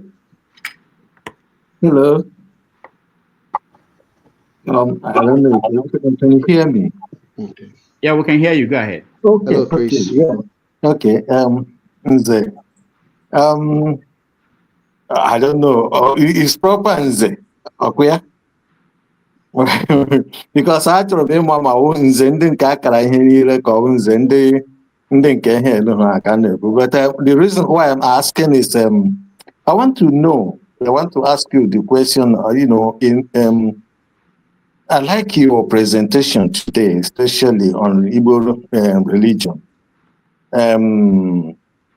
But you didn't discuss much about Nze in Ozo society. And I know that, the Christianity came with a lot of other things apart from Christianity. Now, my question is, people like you who are educated, why is it difficult for you to try to organize the Igbo religion, to have the like of congregation, the like of organization to bring it to modernity? I don't know if it's gone. Yeah, I think we lost him for a moment here. I'm sure he will join us again. I was just thinking about this disconnection and Wi-Fi situation. Maybe our traditional dibia in the past, they had their own Wi-Fi that people like Oti won't let us look into because he believes in the let's I'm sure he's going to join us again. I told him to be ready for you guys, that you'll have a lot of questions. Mo, welcome back. So far, let me while we wait for him to rejoin us, I'm actually surprised that right at Nnewi he could connect with less problems than what we typically have with connections from Nigeria. All right, he's back. Okay, so finish up. Okay, yeah. So, when people, if you read the things fall apart, you would have discovered that there was there was this debate between the traditionalists and the church people. And what I believe is that the reason why the white man conquered us is because we do not have a congregation for our own religion. And that's why it was easier for them to conquer us mentally. Culturally. So I'm asking, how long will it take the Igbo elite to try to organize these things, the template our forefathers left for us, into a modern organized organizations? All right, thank you, Chris. Nze. Okay. Chris, thank you. Okay. First of all, Ordinana is not an organized religion. I always argue this or try to explain this for people. You must understand the form something has before trying to give it into another form. You can give it another form, it will become something else totally. You must understand the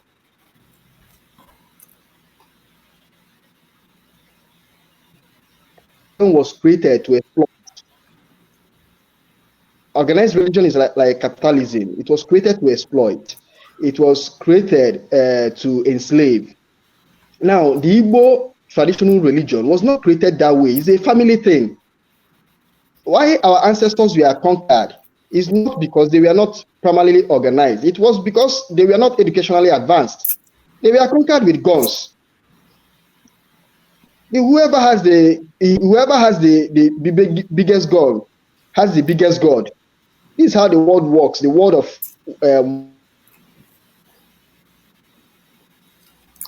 All right, I probably spoke too early to say that his internet was doing well. That's something we have to bear.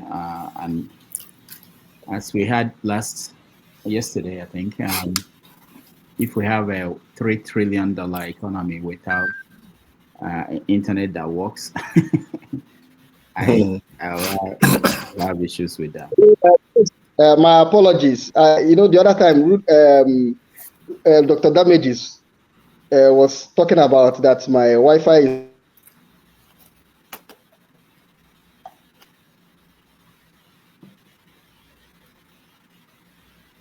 Yeah, I think I must have annoyed some ancestors. Exactly.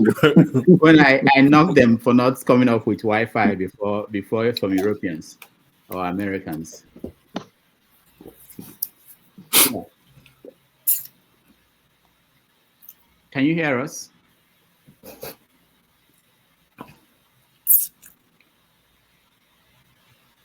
Nze.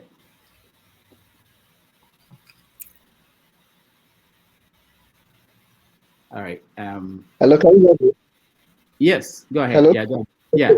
I said the other time, Dr. Damages was saying that my network is poor. Whether I should have used my traditional powers, and that it aptly captures how our ancestors were conquered.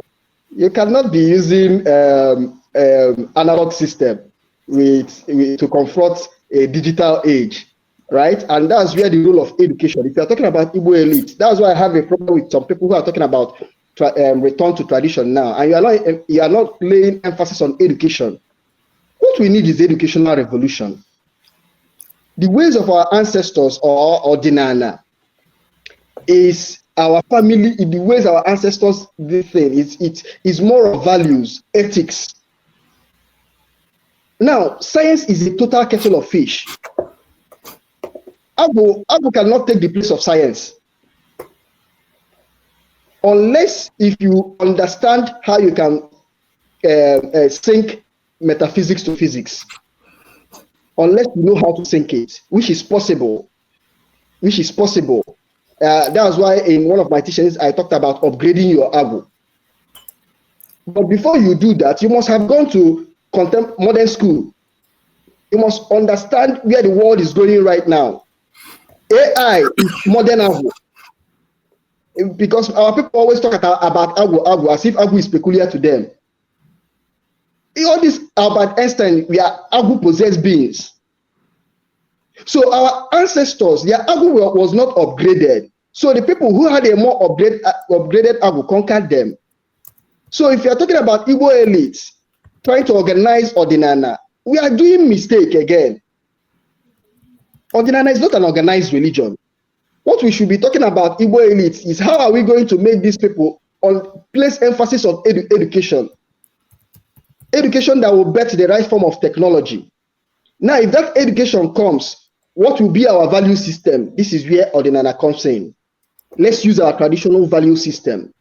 For example, the Chinese, these people learn technology from the Western world, but their value system is not rooted in European value system. Their value system is Chinese value system. So we must know how to balance this thing. I'm not going back to tradition for me to start using an analog system. No, I'm going back to tradition for me to learn the ethics and the value system of my tradition and see how I can use it to combat in a modern world. For example, I have said that in the past, if dibias were the repository of knowledge, what it means that a modern day dibia is akin to a modern day professor. So I'm saying a modern day professor, does he have the values of an ancient Igbo dibias? No. But does he have the right amount of knowledge of Igbo dibias? I say yes. But the values are not there. And that's why our professors are failing us. Because they are trying to use the Western value system. It's not going to work. As an Igbo man, you must be integrated on Igbo value system. That's where your Western education begins to make more sense. Then your Agbo, if it's in your family, will help to broaden your horizon. I don't know if I'm making sense. All right. Oh, yeah, I understand. Thank you. Let's get to, because we don't know how the internet we hold for how long. So let's get to other people. But we have a professor, Mo. You are next. Okay. It's nice to see you live. Thank you. Thank you. I've been following you. I've been disagreeing with you, agreeing with you, and here we are. Thank you so much. Everything you said kind of rhymes with what I was thinking when we started this journey. It will take time. By the way, Chris is absolutely correct in seeking for. We're not looking for an organized religion with set dogmas. We're looking for people to come together and kind of help. Let me tell you, if we had unorganized or rather associated ordinary practitioners, Aqua and Co will not be in jail. Somebody should have told Nze Jesus that what he's doing is totally wrong. And the guy had repented recently. Okay? He only said Jesus and we are practicing ordinary. What a contradiction. Aqua is doing his thing just like some of these get-rich pastors. Okay? They charge him for kidnapping. He kidnapped no one. They're looking for fraud. Yes. Fraud is that you tell somebody that you'll be rich tomorrow and the person is not. Christian pastors do it.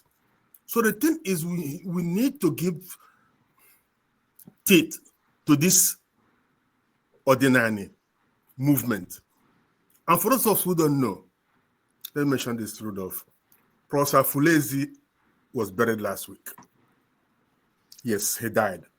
He asked the question, there's no Igbo religion in Gamji. Those who are young in the internet will not know Gamji. It's a popular northern website before Sahara even. So he asked, the Igbo have no, if they have a religion, what is the name? Okay, so that's when he came with the Reverend Father. We met at Oranges in New Jersey, and we talked about this. We come up with Ordinary. Ordinary is a faith, a belief anchored on the sanctity and sacredness of the Mother Earth. Actually, I wrote a book about it just last 2 months. The thing is, Chris is absolutely correct. We need to organize this thing. We need to have a front, a group of people. Nze, you're already there. Okay, I've had your name last time in Professor Onyegu, who was toasting you as Ezi Kolomo. You are that big. Then there's this guy from Nanka. Is it Nanka or from, what's his name again? Okay, who's also profiling. There are many of them now using it as content creator. We could all come together and say, listen, let's talk about this and how do we propose this? Many of us went to Christian schools and we are brought up reading Jewish history, their ethics, their morals. So I don't think it would be wrong for us to look forward to having a certain modicum of, we'll make it so tight as to tell somebody how to cook his beans. If you look at Kola Nut Communion, it is now entrenched. Okay, that is actually the only time people will pray together. Kola Nut Communion, nothing could be wrong with it. Okay, if you look at the way we do Ibanku, why do we have two marriages? These are things we look at. We can stay in our culture, our cultural lane, and still practice science and what have you. Actually, I define Ordinary as Igbo scientific spirituality.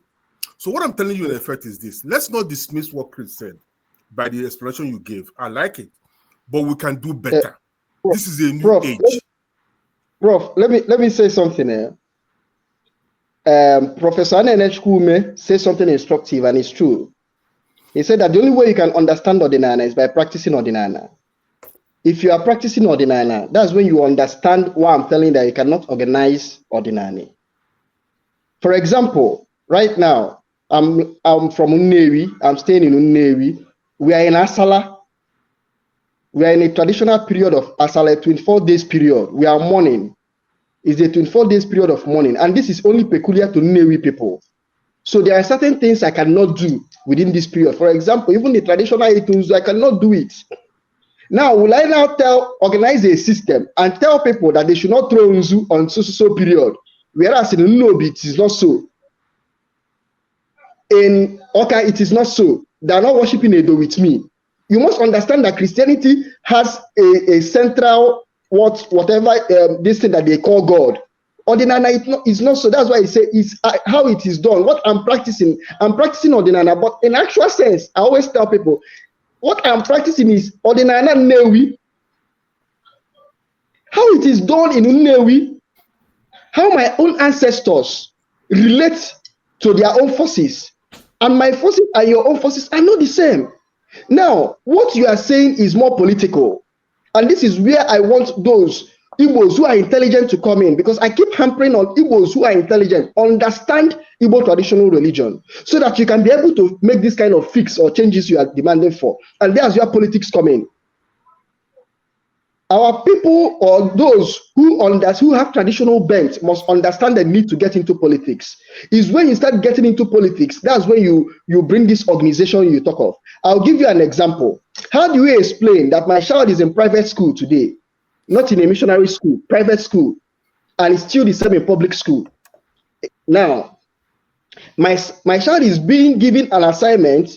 That's a child that has never stepped his foot into church and has not been told anything about Jesus, but all he knows about the Bible, God, and the Christian religion, he's learning it, or she is learning it in a private school. Christianity.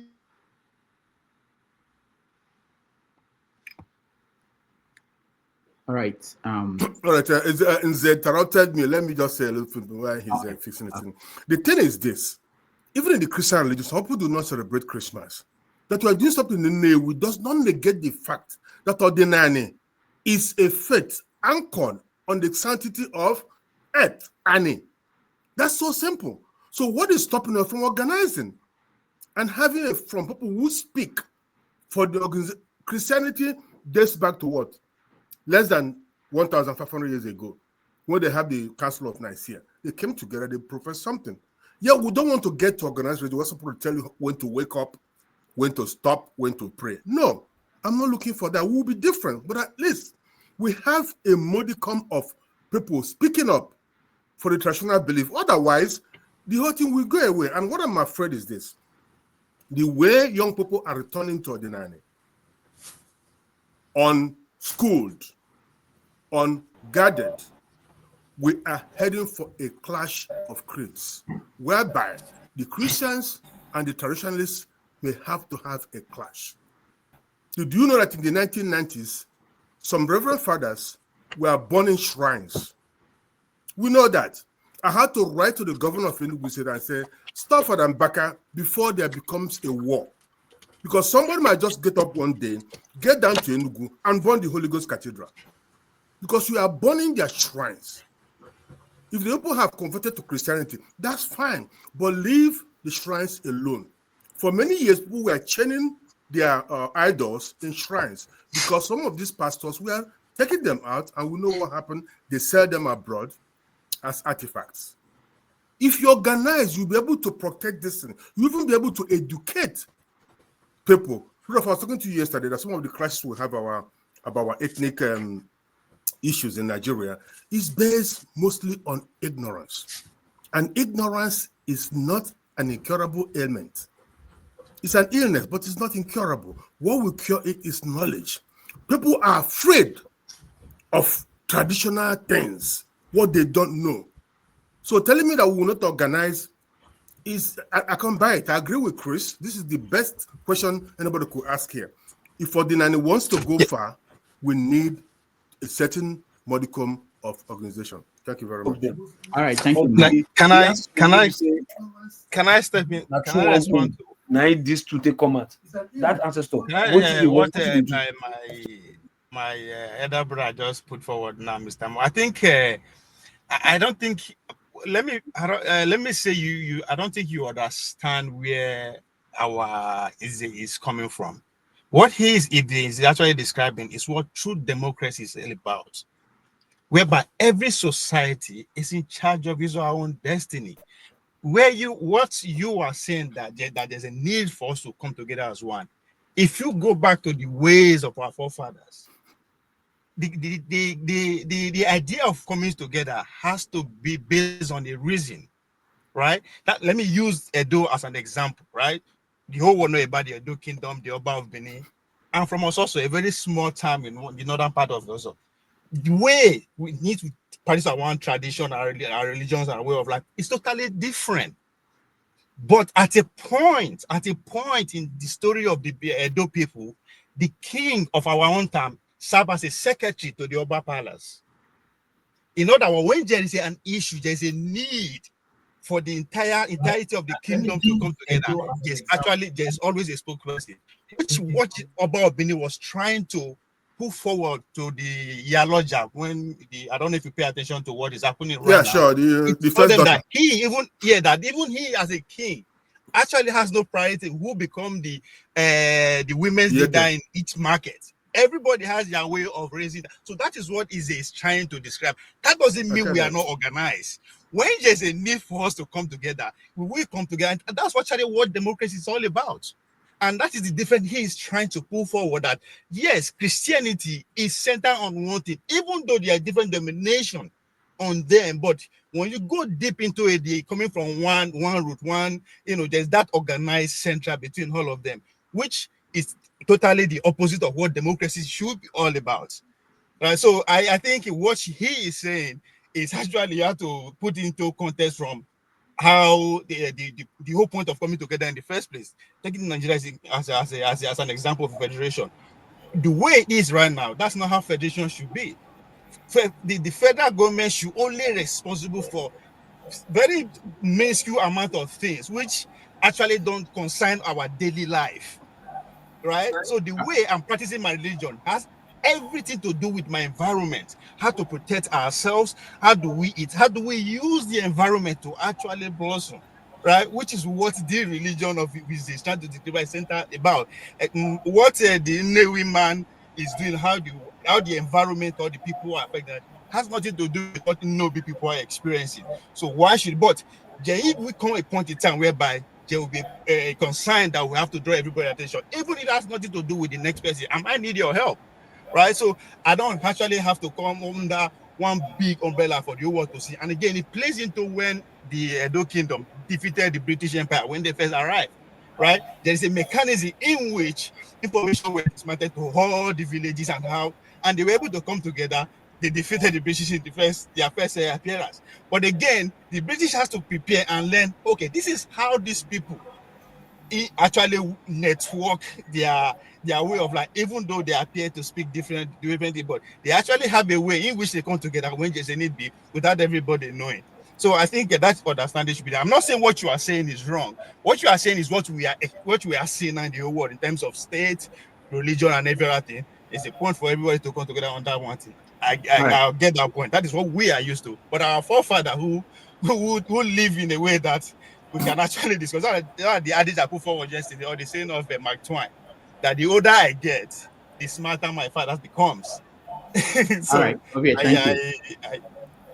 More, you want to say something? I hear you. I hear you. But remember that 30 years ago, there was no name Black Ordinary. It was not used to define Igbo traditional religion. But now everybody's gravitating towards that name as an umbrella that defines the faith. So nobody's enforcing what you do. Look at sir, I think we should ask ourselves why. You said 30 years ago, the reason should be why. The reason why that there was nobody, there was no, everyone was doing what they like. But now at least we come to a center. Look at New Year Festival. It's done differently in every community, even abroad. People choose different weekends, okay, to do New Year Festival. But we know nobody's stopping you from doing it. The Igbo man is like that, to speak for the Igbo. They're like that. They're very independent. I'm not stopping that. But the fact is that the question Chris asked is very pertinent. If you don't have, look at the Oba. Okay, you have the Oba. At least you have a central body that could speak. Okay? If you didn't have the Oba, the Yaloja thing could have been a different ball game. You could have just come to Benin and appointed Ms.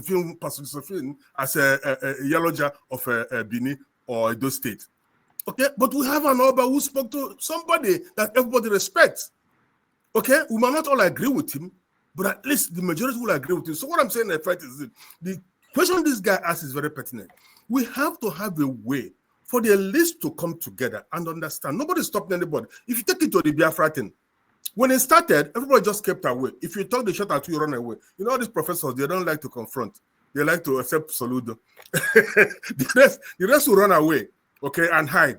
But somebody have to come out and say, hey, you know what? I have a different narrative.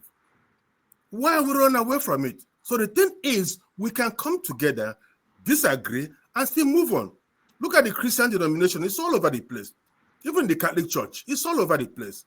But at least they have a body that if we had that body, the lives of these young men who are lavishing in jail wouldn't be there. Soludo is waging a war, a crusade against non-Christian religions.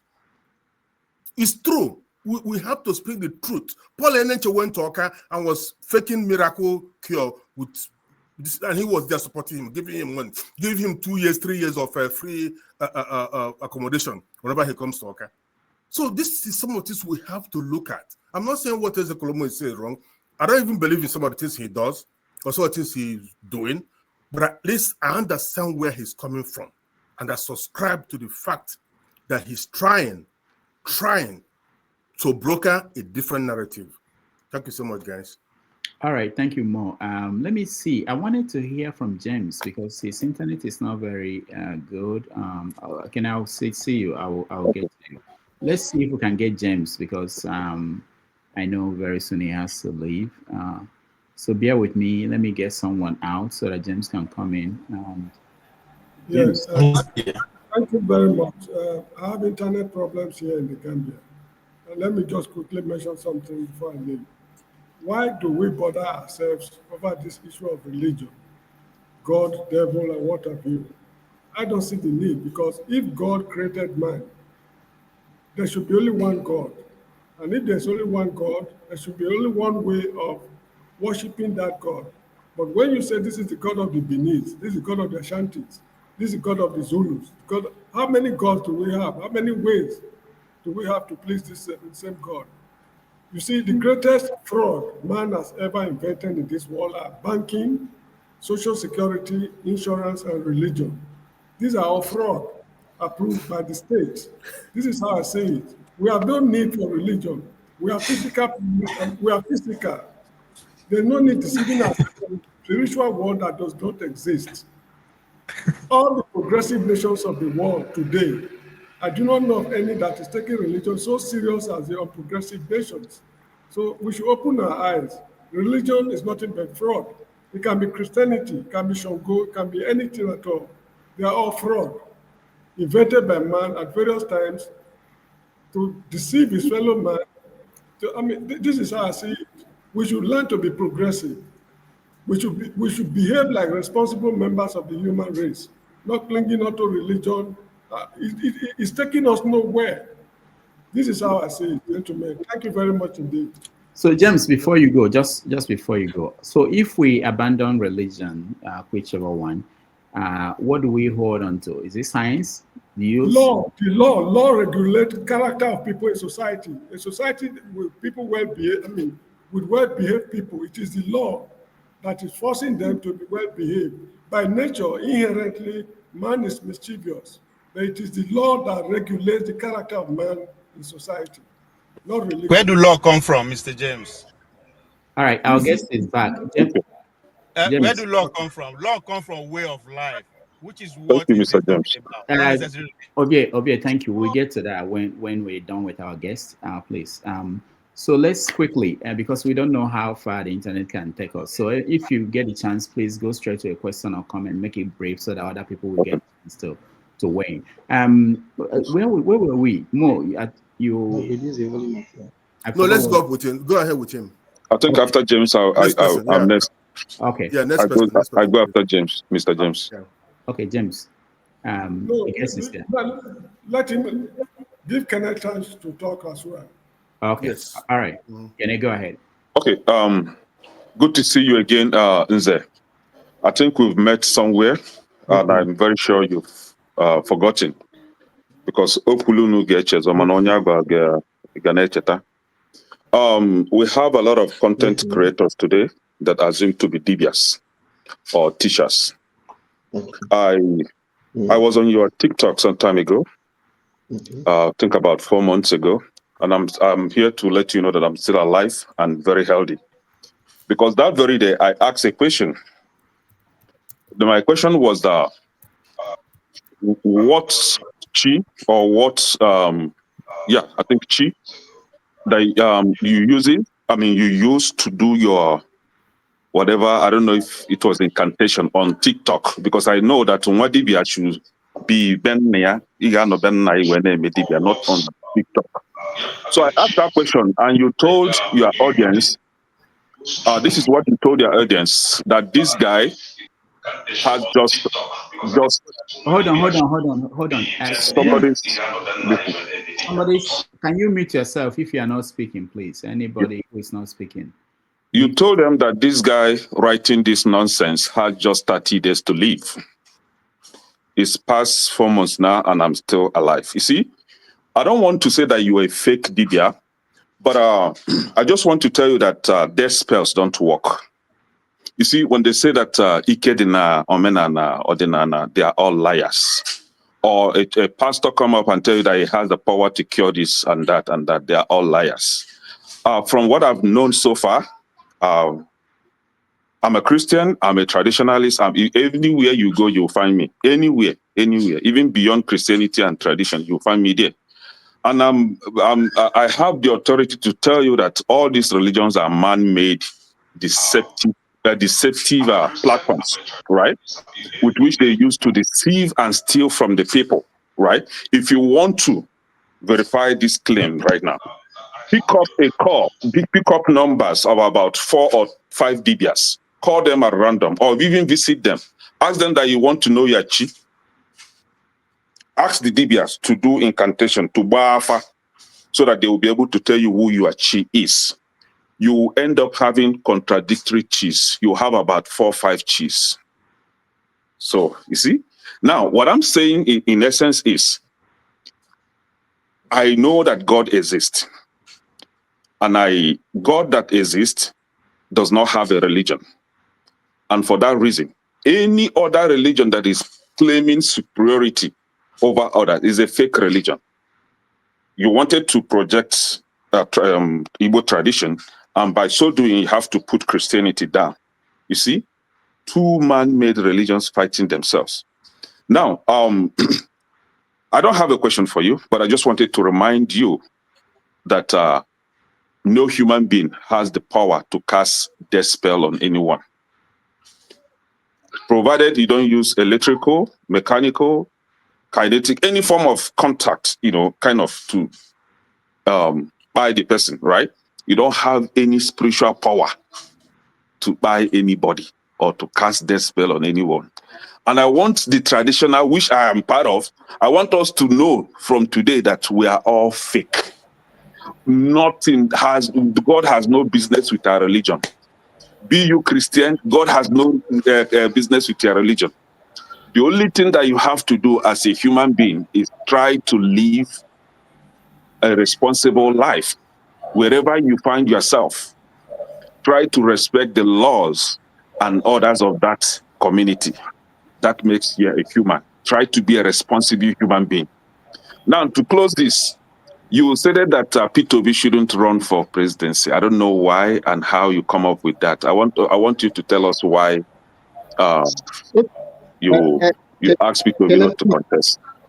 Let me quickly answer your question. First of all, your question and accusation. First of all, I'm meeting you for the first time. You might have to go and double check. I'm not the one you had any form of interaction with that told you are going to die in 4 days. I, Eze Kolomo, cannot say such thing to anyone. And if I say you know how long I've been following you on TikTok? I'm sorry. I'm not Nze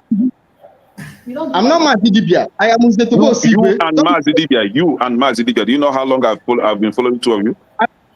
I've not even done live video on TikTok before. I did my first live video. Everybody, Google his name. Go on TikTok and search for his name. Yes, anything I've done on TikTok is only a video. I've not just even you can now go on TikTok and search for me. I've never done any live video on TikTok. All my videos on TikTok are highest 4 minutes or 3 minutes, and they are teachings that I extracted from my YouTube page. So do you understand? I don't expect anything different. Please, and I need you. Yeah. I wouldn't want you to be an argument. I need you to make this clarification by yourself, because you kind of besmirched my person. You mistook me for a totally different. I'm not the one. I'm talking to you. I did my first, right? I did my first live video last week Sunday on YouTube. Can you find it? Can you find it? I don't even do it. This is how, Dr. Damages, this is how TikTok works, right? When you're on live video, if you don't record it, it vanishes, it goes away. It is only the person, the host, that can have access to it for some time, right? So, and if you go on Facebook, you don't find me on Facebook because I don't use Facebook. So, but if you go on TikTok, this is where I attack both the pastors, both the dibias, all those fake things on social media. That is where I attack all of them. Hold on. Let him talk now. Let him talk. Please allow me. It's very simple. I'm not hidden. Ask 1 or 2 people. They will tell you that Eze Kolomo has never come live on TikTok before. This is a verifiable fact. You talked about Peter Obi. You used to say go and verify. Go and verify this one. I have never come live on TikTok before. Even Facebook, I have never come live on Facebook before. I have never come live on Instagram before. I came live on YouTube for the first time. Dr. Mo said that, Professor Mo said he has been following me. If he should bear witness, if he has seen me on any live, apart from last Sunday, I came live for the first time. So please, I am not the person. And I don't do any work for anybody. You can do this for us. Go on TikTok right now and type his name. No, wait. If once you assassinate my character, anything I'm going to say here is flawed. I am not I'm just telling you what you did. What will it profit me to assassinate your character? What will it profit me? I did something I didn't do. And I'm trying to tell you, I'm not the one. All right, I will. I am not the one. I'm surprised. Before the show ends, I will. Where is Kenny? Kenny? Oh, okay. He should go and verify. I was going to say the girls are taking Kenny. When I introduce myself, I have never done. Doctor, I have never done divination for anybody. I've never done alumni for anybody. Everybody knows that I always say it. I don't do any form of work. I only teach. You teach on TikTok, right? Okay. I don't teach on TikTok. My videos are recorded. My videos are pre-recorded, and they extract some minutes of the video, and I upload them on all my social media handles. I don't teach live. All right, I will. So please, yeah. Can I need this to be clarified. I need this to be clarified. Can if you can find a link, send it to me. Yes. I don't come and make bogus live. I don't have it. Or any life. If you can find anywhere. I will send everything to you. Two or three people that on live video before on TikTok or even on Facebook. All right. So please, let's be clear with that. Right, and you talked about dibias, dibias. I have said it severally. Go and see my teaching on YouTube. I say a lot of dibias, a lot of people masquerading to be dibias on social media are fake. I say it repeatedly. Any true dibia cannot be on social media unless you are teaching. Once you start doing an advert that you can do this or that, you are not it. Dibia they advert. Dibia they advert. That's why before you become a genuine dibia, it will take years to build that reputation. You don't just start dibia work on 1 year or 2 years. That's why I condemn. If even I am one person that teaches ordinary. There are a lot of people that are into ordinary and are condemning. Why? Because I'm against a lot of things that they are practicing. Leave this to me.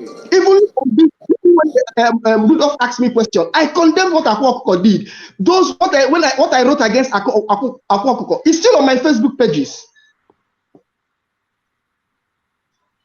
All right.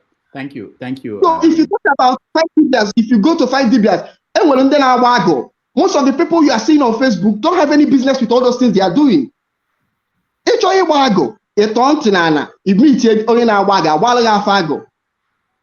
And even in my own teaching, I said all those things are no longer necessary.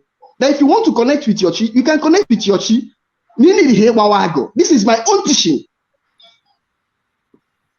Then you can connect with your chi without trying to know the name of your chi. Now you talked about P2B. A lot of Igbos, once we talk about P2B,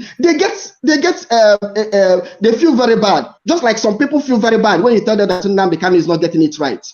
I don't have anything bad against P2B.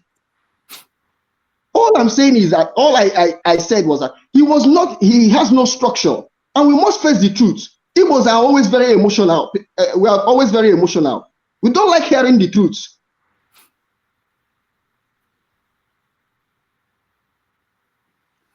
All right. If he wants to win Nigeria, I'm saying that he needs to create a structure, even a structure that will outlive him. I have written this elsewhere, that he needs to study Awolowo. The Awolowo had a structure. And at times you don't even need to win. Someone else will carry your vision. That's the essence of structure. It mustn't be him, but it can still be him if we do our homework well. I'm an advocate of Igbo presidency. And the only reason I'm supporting P2B right now is that if P2B is the easiest way for us to achieve Igbo presidency in soonest time, yes. So that our people that are saying that they are being marginalized in Nigeria, the reasons that they cite for marginalization will reduce. So if you are saying that you own your Ordinana, you are Christian and all these ones, but you don't need to push one to bring down the other one, I'll tell you, you are not being realistic. You are not being realistic. Christianity will pull down Ordinana, and anybody who is serious about Ordinana will come as if he's attacking Christianity. That's the nature of things. That is the nature of things. You don't expect a true Christian to come out and support Ordinana. It's not possible. So any serious practitioner of Christianity will know that of Ordinana knows that Christianity is a threat to Ordinana. So the person will be in a form of attack, which is look like pulling down Ordinana. Have you seen any pastor, any Christian pastor praising Islam? Do they do it? Have you seen any Muslim cleric magnifying Christianity? So why will it come to Ordinana own? It will become different. And you are saying that they should not pull down. We will pull down Christianity. The only thing is that we are not doing it with arms, because Ordinana is not a violent religion. But we will do it with arguments. We will do it with teachings. Taking our facts. Let those who want to listen wait 2 of them and decide the one they want to take. Someone talked about burning of shrines. And now that we are beginning to talk back on Christianity and a lot of things that Christianity have done in Igbo land, we are beginning to talk back, and you are saying that we don't need to pull down. How dare you? For how many years Christianity have been being reckless in Igbo land, in Nigeria, in Africa? Christianity will be held accountable, just like Nnamdi Kanu and some of his cohorts will be held accountable of some of the things they did, they are doing in Igbo in the name of agitation. If you are held accountable and you are away and you are found innocent, we will praise you. Your legacy will be maintained.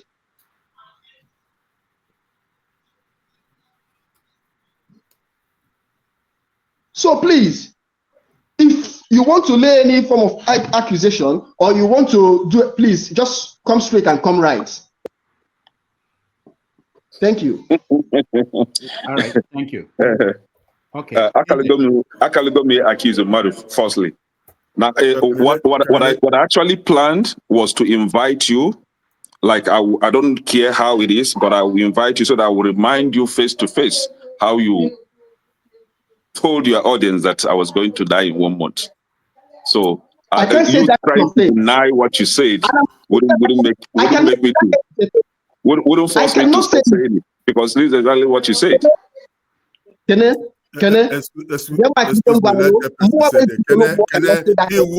He who accuses must prove. Okay. Yeah, so when he cannot prove it now, let it go. Yeah. Okay, And I was thinking that you asked him a question, he denied it, he said I didn't do that. You give him a benefit of the doubt. Okay. I'm using the same phone. I will use it to send it to you, Dr. Damages. Okay, I don't have my WhatsApp on my laptop. Right now, give him a break. He said he didn't do it. If he had done it, I'm sure at this point he would have even apologized, but he didn't, and that was his tell you that I have the same voice in Ordinana. I'm not reckless. I don't make unguarded statements. And when I finally say something, I'm trying to tell you that it will come to pass. All right, thank you. Let's move on. Let's go to KJ. KJ, welcome. Thank you so much, Dr. Damages. Nze, thank you so much for being around and coming. I want to also say a special thank you to my Oga, Dr. Mo. Dr. Mo, thank you so much. I'm always happy to see you. And I know that 1 or 2 times, there's 1 or 2 things we don't agree with, but I can live with that. I mean, you're a good guy. So, I didn't curse you, though. No. It's not about me. It's not about me at all, Dr. Mo. It's about belief. And it's a welcome. And I want to appreciate you for honor my own things about our culture. You appreciate them because of the quite easy. You understand? I, just like you, are a theater arts, but I graduated much earlier than you. And so maybe some of the practices that you have, I probably also went through it. And I've listened to you right from the beginning, because all of us are interested in hearing you out. And I also want to say to Dr. Mo, that's where I was coming to, that in my place, the Ordinana Omenala is Omenala different from Ordinala, because our people, our elders, including my father who has gone to be with the Lord, and the chief, in fact, the chieftaincy of my community was around my family. When they want to throw the collar, they call both the ancestors and Jesus Christ. So the Igbos, for what I know, have constantly, before now, spoken to the God. That's why somebody asks you, what is Chukwuke Abioma? Which is what my uncles have always done when they want to throw the collar. they tell you that this is the God that created everything, that has a son called Nwachuku. But that is by the way. I'm just follow me a bit, sir. And then this is the tradition. So I agree with those who say, let us not pull down, but let's adapt, just like the Europeans have done. When they came to our place, they adapted what is good and tried to introduce to us what they think will help us. So what I will say to you as Onye Manala, I'm not close to that place at all, I'm a Christian, is that adapt what will help the Igbo land to advance, just like you've said. And then leave those ones that are already there, that's making us also live, more peaceful, and build a society that's egalitarian kind of, And I want to answer all of your questions before I conclude. I like what you have said. I don't agree with most of them because most of them have answers that I know. Christianity has a lot of difference. There are people who are just Christian for Christian. There are those who have taken their time to study. There's different, just like in the Omenala. People have different grades. In Christianity also have different grades. There's the apostolic, there's the Methodist, all those other Orthodox, and then you have a more advanced Christians who take their time to study and be able to divide the word, which is God, which is the tradition of Israel, and all that. So we have that also. Which, if you look at that properly, you find out that most of those traditions, for me, it's like they came to Igbo land and took those ones and put in the Bible. But I can't say that now because I have no proof yet. I'm still studying on that. But most of what we have as tradition and custom in my locality, you can read it in the Bible. For instance, the sharing of the father's property, the majority of it goes to the firstborn. For instance, like land cultivation, where you switch land after how many years before you come back to that land. For instance, most of the tradition that you see in the book of Leviticus are also found in the tradition of the Igbos. Having said that, you asked one question, and I'm going to answer that and end there. You said, if God was so forgiving, why did he not forgive Satan? I want to answer that question. Because forgiveness is only found in the flesh. There is no flesh in the existence in the spirit. Where Satan sinned was in the spirit realm and not in this realm. The only reason why we go through forgiveness here is because our flesh doesn't have any inheritance. And consequently, when we finish on earth, the flesh goes back to the earth and the spirit goes back to the one who has created it. Now, whatever you have been able to do here will now be judged on your spirit level. So if you cannot get forgiveness here, that at the state of the person departing cannot be forgiven there also. So that's why if the Bible says, once a person dies, there comes judgment. Okay, so there's no forgiveness in the spirit realm where the enemy or the Satan sinned, as you said. And I just want to put that because you see, some people they ask that question many times. I was having a discussion with a friend of mine who is invariably one of those who I asked the question. Okay, so I appreciate your education, and I leave it at that. Thank you, sir. What you are saying is not possible. Forgiveness can happen both in spiritual realm and in physical realm. You have sex in the spiritual realm. If you dream, you have sex. You carry all manner of activities in the spiritual realm. When you dream, don't you know it's the spiritual? You enter the spiritual realm. Even when you are not dreaming, you still carry your spirit still carry out a lot of activities.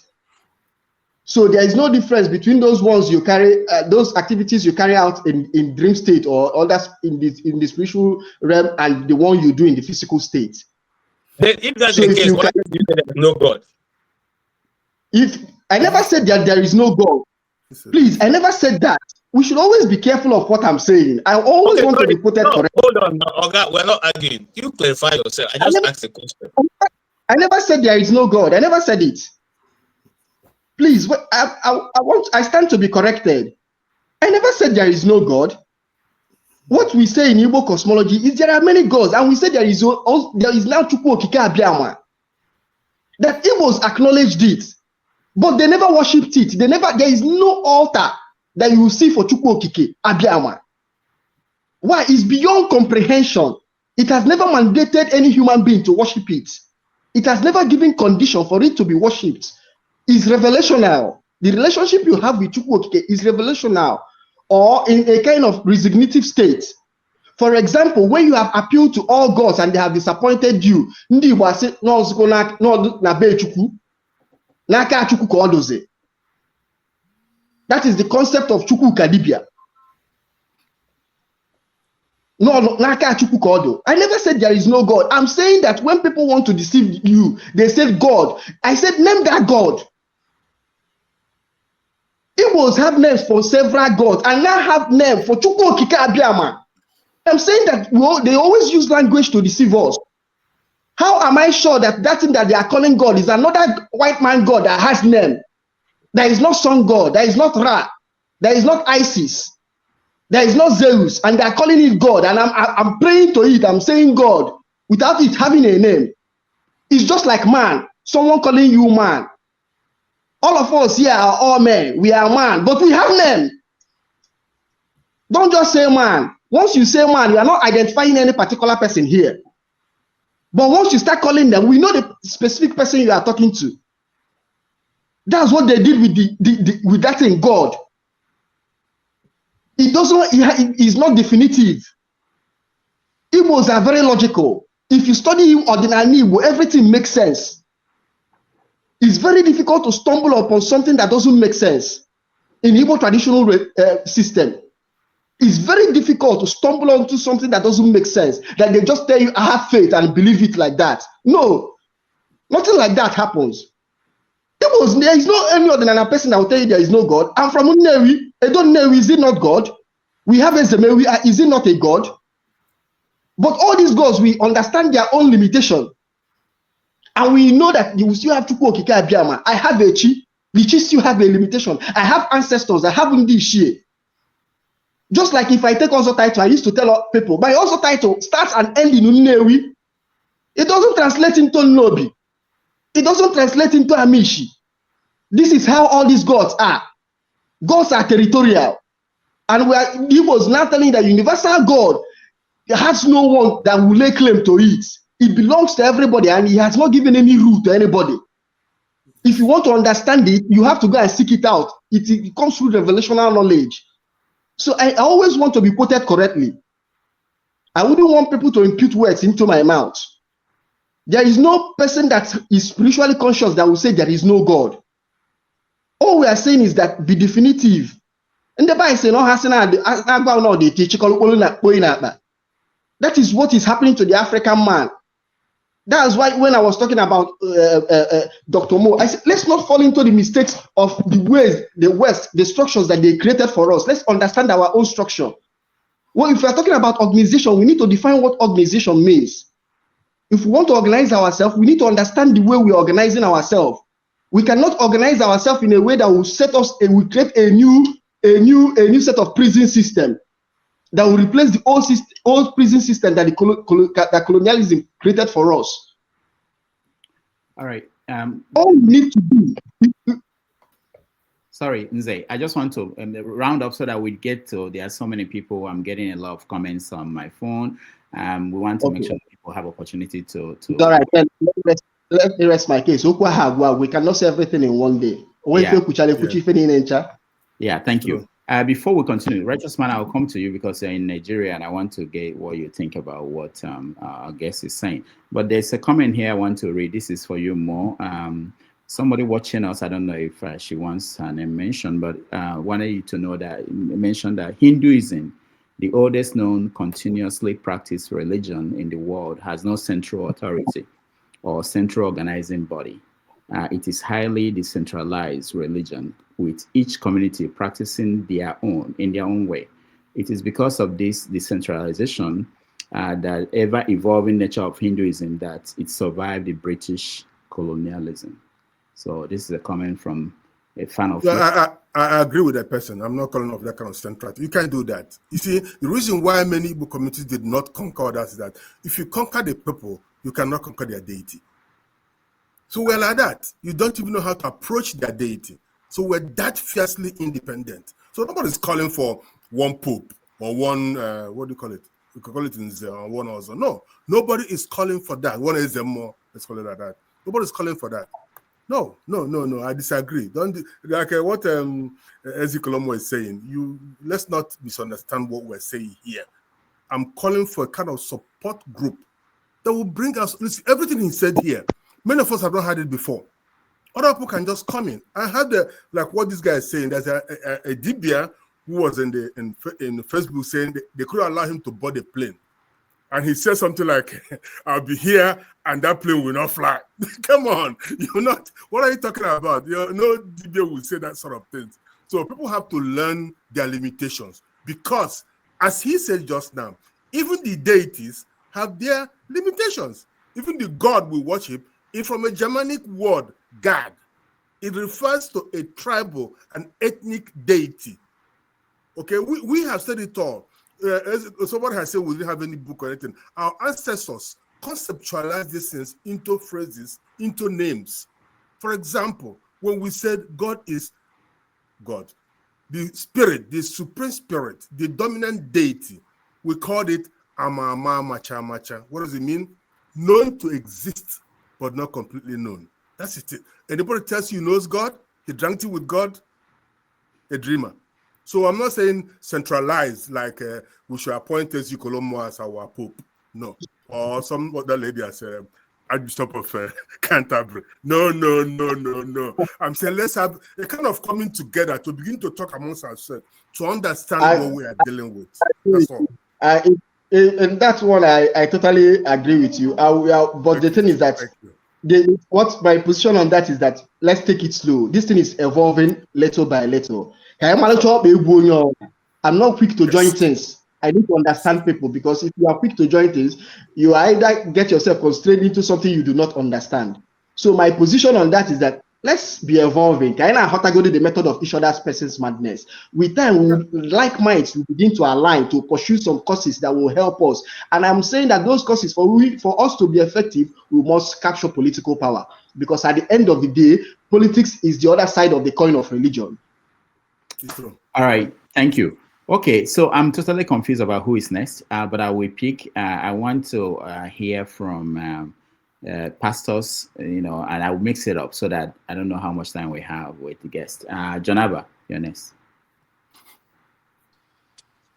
Thank you, Dr. Rudy, and fellow panelists, our guest today. It's wonderful to have you. I followed the interview from the very beginning till now. You are an inspiring young man, and I do not have a specific question for you, but all I want to say is that knowledge is a preset, it's everywhere, and you possess one. And I hope people understand your own. And if you share their view and the value that they enshrine, it's a good thing. When I have so much, that is why we should be careful, especially coming to a platform like this where thousands are watching us. I hope Kene can prove his case. If not, he owe you a big apology through Dr. Damage's channel. Because nobody is God over the other, and no one is more special than other in the eyes of whatever your creator, how you relate to him, to give somebody a date that he will die. And I've heard you saying that is political as well. Whichever way that is done with heart of humanity, to make sure the message is about goodness and kindness to one another and not destructive or deceptive, then it's welcomed for me. And the mode says that some pastor are drinking tea with God, and I hope you invite me, because if I drink tea with God, I will live forever. Thank you. All right, thank you, Jonaba. I don't think there's a question there. What we might do is that we may take two at a time, so that we get to many people. And please, when I call you, make it short, so 2 minutes. But Jonaba, always thank you. Let's see, Prince Akwachi, go ahead. Dr. Damages, Nze Tobe and Dr. Mo, Igbo Choku, But come here briefly. Tobe, I'm a proponent of somebody, you know, Obolondi Chelsea, a free thinker, and we just woke up, man, at the same time, only if ordinary booze is English, please. English, please. No, Okay. English program. Okay, let's say. Okay, ordinary, in ordinary, it says truth is the way. Okay? Now, even when where I have a problem with you is when you come to P2B and you talk of structure. The structure you have in Nigeria, the political structure you have in Nigeria is a structure of criminality. Okay? And if in the structure in a talk, not bribe the matter because not is president. When he finished with that, by the time he got my enemy, he would kind of like want to get his money back. So I don't side you on that. And then at the same time, my own thing is most Christians anyway that we have here, they go to Chinese restaurants, they go to Chinese stores, and they see the shrine, and they will buy something there and eat. But when they come to the a village setting and they see the shrine, they will say it's the devil that is chasing the person, or the witch that eats the person at night, another kind of a thing. So it's just that difference between between us. Structure is criminality, and we don't need that. That's all I can say. Thank you, and thank you for what you do. All right, thank you. So, Rob, can I ask my question now? No. Oh, sorry.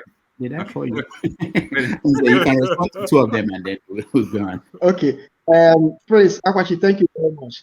First of all, at times, problem I know with Indian diaspora. The problem we have with diaspora people and those of us that are resident. You say there is no structure, but you are in a society that has a lot of structure. You are in a society that has a lot of strong institution. Yet you don't believe that someone should have structure. Someone should have a kind of foundation, a kind of skeleton, a skeletal system that you deliver the person there. These things are not miracles. It can't just happen. We need to be realistic. I'll give you an example. I'm in Nnewi. I reside in Nnewi. If I ask you who is P2B's party, who is the watch chairman around my area, when they will present one person, it's one person that cannot convince one single person around my area.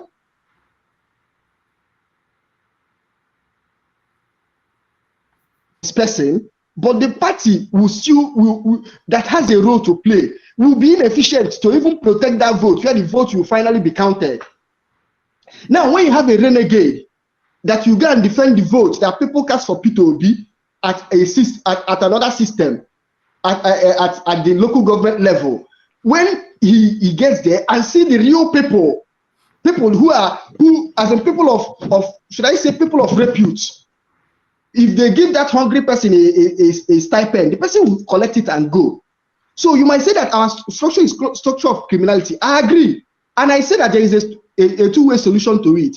Either you go away from it and wait for it to crash so that a new structure will be built, or you enter into that system and see how you will crash it from inside.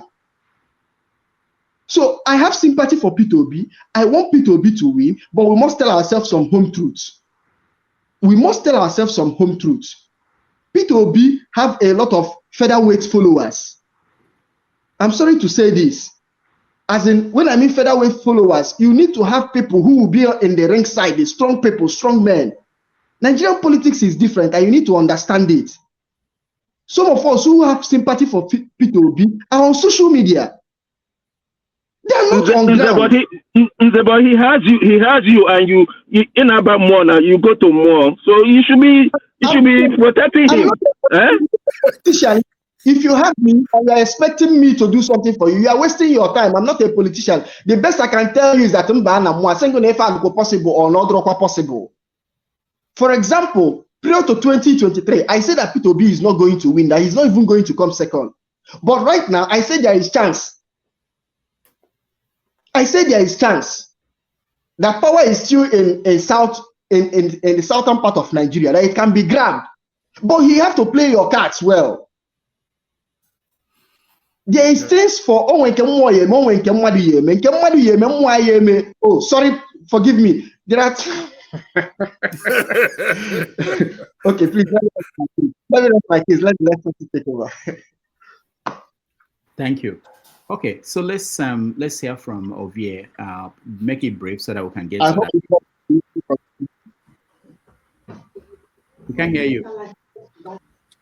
I hope it's not going to be political. The question will not be less politics most times. We definitely talk before now.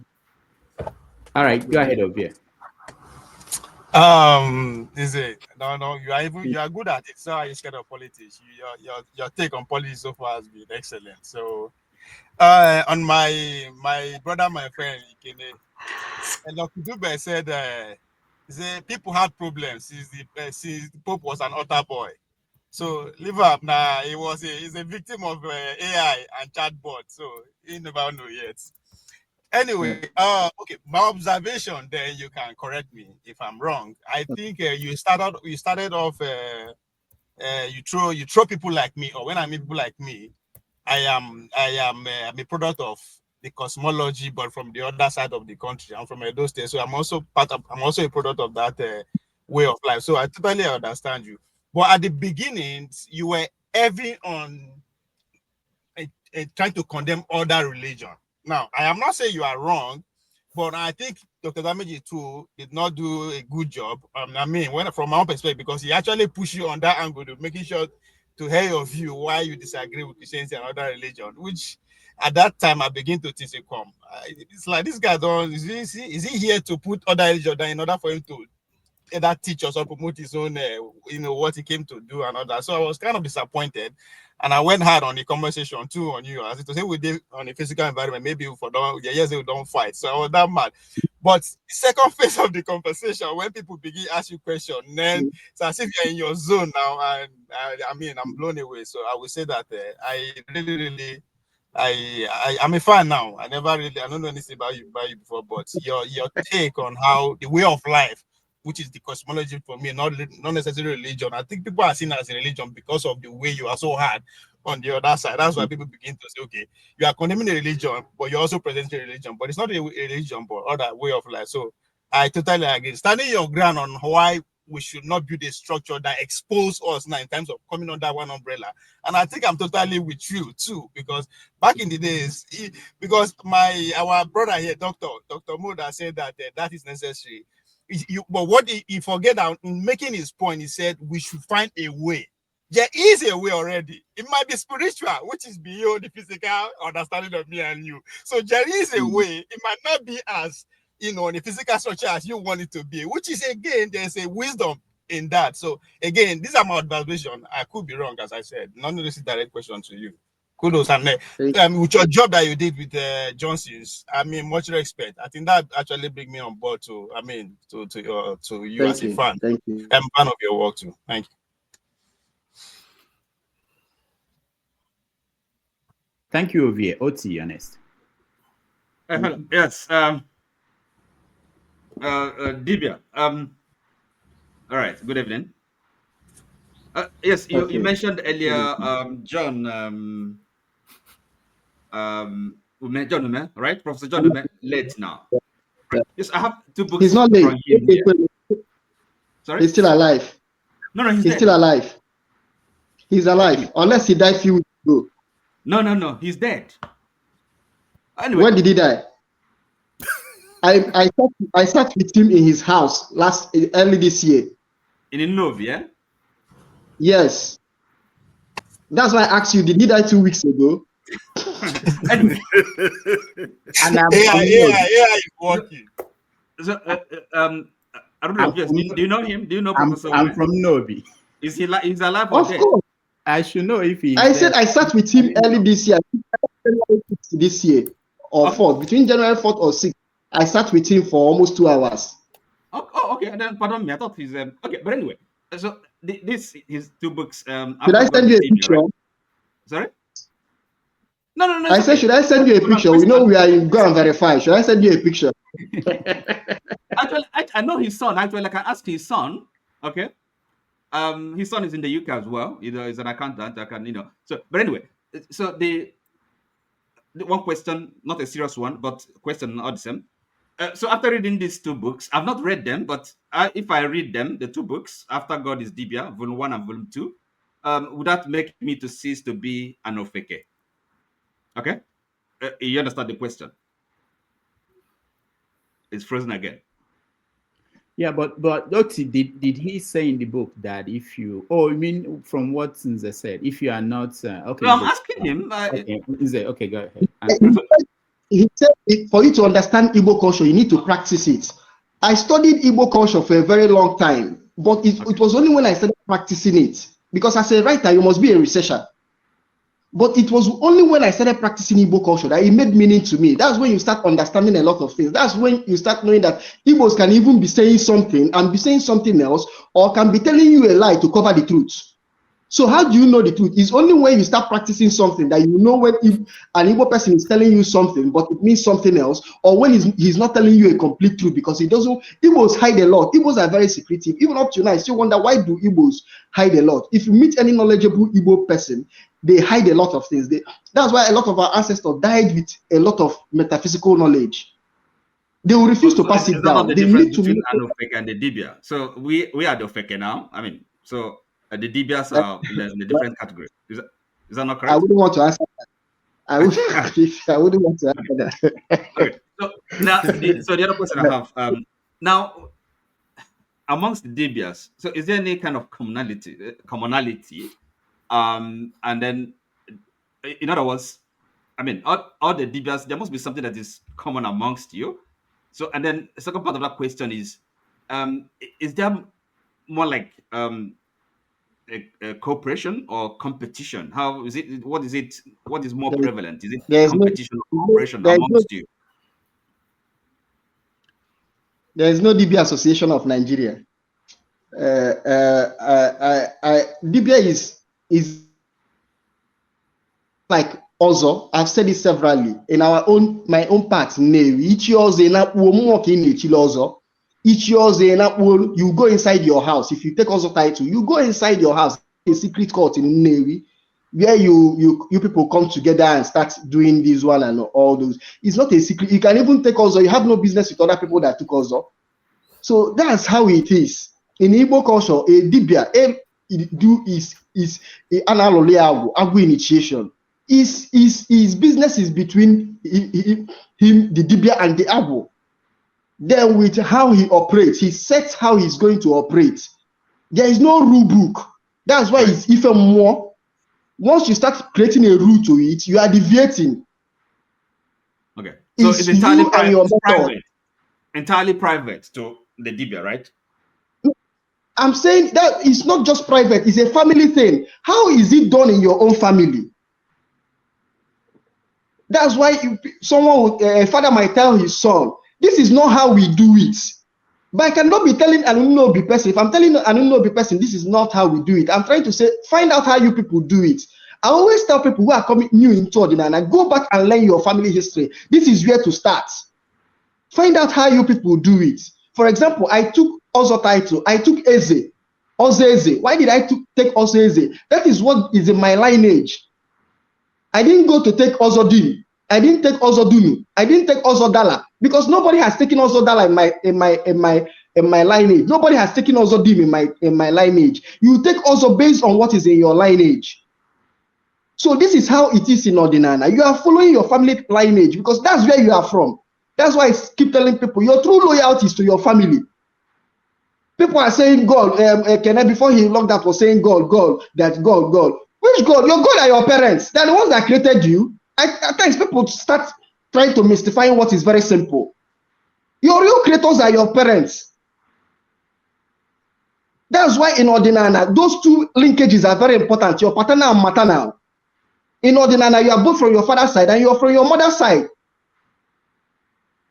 Because those people are your gods, they are your creators. Those who knows their, if you know your father, once you know your father, you have known the roots. You've known the first people, the ancients. So you must know, and you must know your mother's people. Igbos are particular with Ipunne. You must have a relationship. If you don't have a relationship with your mother's people, if anything happens to your mother, if she passes on, then you must go and settle with them. So what Ordinana is actually for you to get to know your family, to know who you are. Man, know thyself. Ordinana is telling you, how can you know yourself? Know your father's people, know your mother's people. All right, thank you. Well, I totally I'm lost at where to start. Righteous man, I called you. Did you get a chance? Start with me again.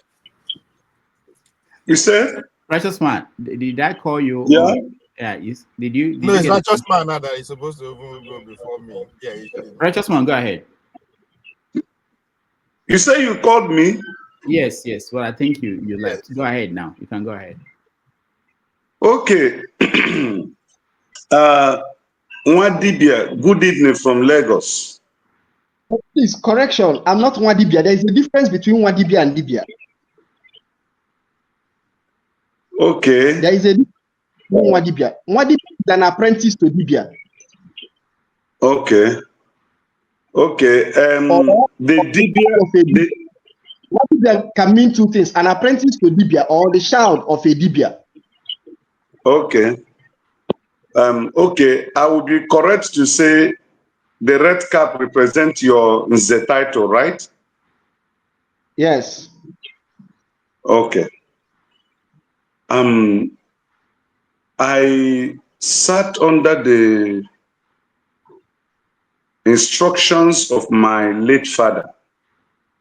Okay. And I love asking questions. Can you make it one? I asked him. Righteous man, can you make it It's just not, one? No, I am not asking him questions. I say I was asking my late father questions. Oh, okay. Pertaining to the Igbo culture, Igbo tradition, Ordinala, Omenala, because my father was an Ozo title holder. I'm from Imo State, Nkwere to be precise. Okay? So, and he gave me a lot of details, which are quite different from what you are analyzing or what you are saying. I am not saying what you are saying are wrong or right, but there is a little differences from the historical background my father told me with the things you have analyzed tonight, which I appreciate. But a simple question I want to ask you. Okay. What is the difference between a witch doctor and onye dibia, or native doctor? Because I find it difficult to understand why people will see onye na agwo nsi boya native doctor, while a witch doctor is not being mentioned. So can you please, sir, give us the difference between a native doctor, a witch doctor, and dibia na Igbo? That's a simple question I want to get from you. Thank you. I want to give you a very simple answer. Consider dibia as a repository of knowledge, one who has knowledge. What that person decides to do with that knowledge is now up to that person. Once one has knowledge, you can use that knowledge for good, you can use it for bad. You can use it to oppress people, or you can use it to defend and help people. So when you use it for good, some people will give you good name. When you use it for bad, some people will give you bad name. This is how I'm going to answer your question. So a dibia is a repository of knowledge. What the person decides to do with that knowledge is now how the people will, is the legacy is the person is going to leave behind. Thank you. All right. So who is a witch doctor? May I help here? Let me come in here, please. His answer is very clear. Let me give you listen. This witch doctor, native doctor is not Igbo. It's not Igbo at all. What it is explain it to you. You are a dibia. You're a possessor of knowledge. What you do with it is another story. By the way, witch is not, was not a bad word. Remember Saul, where she wanted to find out something?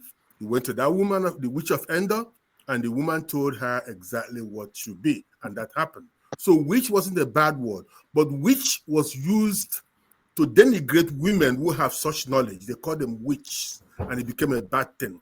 A man is not supposed to be a witch. A man is a wizard.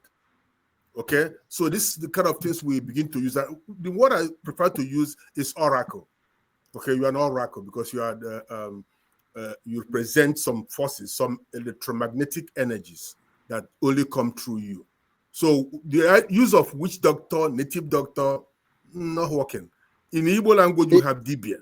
We have dibia afa, dibia mbologu, dibia, different dibia. So like he said correctly, what you do with your own powers, with the knowledge that you have been exposed to, is definitely up to you. So native doctor, witch, not Igbo. All right, thank you. Another thing I'll add to what Dr. Mo said is that just know that in life, people fear and condemn what they do not understand. Just know this. Yeah. All right, thank you, Nze. I support Lokopi. I don't have for you. All these are new names. It's too long. Go ahead. All right. Okay, nice, interesting one. This is what you call the. Wait, is he going? Is the guest going? He's not going. Now why are you pursuing him? Like, because people are still want to ask questions. Yeah. I had an agreement. Remember, he's in Nigeria. I had an agreement that it's 90 minutes. No problem now. I used 90 minutes to drag him in. Yes, and now it's going to 3 hours. Yes, the discussion is important than 90 minutes. You understand? So he too understand, because what he's trying to propel and educate people. I think 90 minutes is even too small to achieve what he's going to achieve. I'm not lying now. We will continue in spirit. Yes, you presented a good idea. Nice one. Yeah, nice one. You see, for me, yeah, I although I wanted to come in the witch aspects or the wizard aspects, why is it that in foreign land, in diaspora, they also have the same thing? Because witch is an English word, it's not a native word, it's an English word, but they use their own to make iPhone, to make aeroplane, this and that, you understand? But our own witch, you understand, we always use it to like see people in the mirror and stab them and they die tomorrow. That's our own kind of witch. Yeah. So like you said, dibia is people who oracles, like the Mo said, people who possess the infinite or powers of spiritual, whatever you do with it is up to you. So if you do good with it, you get good name. If you do bad, you get bad name. So that's the bet. I think you clarify that. But for me, yeah, what I wanted to say is simple. I think because, like the Bible said, train up a child the way they will grow. When they grow old, they won't depart from it. I think for a long while we've been trained in a particular way. That's where we are right now. So anything we see that is contrary to it, we just feel is no, because that's how the body works. You want to reject because it takes you too long to get to this point. You can't just bring one new knowledge come and you just want me to purge everything and take your own note. So at least practice, study, we'll get there. But like in a nutshell, this God that we're talking about, like Mo said, it's a German word. If you are praying in English, yeah, and you say you are talking to German God, are you not confusing the spirit? Like, which language should I understand? Like, you use English to pray and you are saying, God, do this one. You are speaking German and English at the same time. Are you not confusing the spirit? So, like, sometimes, yeah, if like you say the word, what is the original name for the creator? You understand? This original name. Why don't we stick to this original name? Maybe I think that's where Mo is coming from. Like, if you practice our own separately, yeah, yes, it's good, but also some the negative, like people I work with, Indians, yeah, or if I don't live with Indians, where I come from, because I'm from Edo State, Benin, where I'm growing up, every family has altar in the backyard. But because the white man come and call it juju, so they call all of us pagan. But we grew up having altar in one room. Your father will have maybe many rooms. One room with the altar. But the word juju, you call it, but it's an altar. You understand? So we also call that God. And we also believe that there's another Almighty God. But because both of them have God, do not think that God that is your altar probably is what you are still referring to as the Almighty God. That's why people are thinking, oh, we have different gods. No, there's one Almighty. But the entity with which we commune with that Almighty is through that altar, which is a small God, which is a small whatever you have in your backyard. That's why the Indians go to all their houses. They have their altar there. They will not come and tell you, no, the altar in this Indian man's house and the altar in this Indian man's house, they are different. Yes, they are different, but they all communicate through that different altar and speak to one or get their power source from one Almighty, but through the different altars. Why have we always created this Almighty? One Almighty. No, hold on. See, no. Do you know why I tell you Almighty? Hold on. Do you know why I tell you Almighty? Because when I mean Almighty, yeah, I mean like there's one source. But coming from that one source, you have two different channels. How are you sure of what you're saying? How are you sure of what you are saying? Okay, now, I'll tell you this, yeah. I'll tell you this, yeah. There are times where something will happen. Okay, there are times you want to enter a vehicle. Something will just speak to you. Come down from this vehicle. Don't go. Just come down. You don't even know why. Just come down the vehicle. Then before you hear next tomorrow, you hear that vehicle has accident and everybody died. So something in you, that there's that God in you, that you in that entity, that spiritual entity in you, that superior being in you was the one who told you to come down. You understand? And you came down. Are you sure you are not the one that talked to yourself?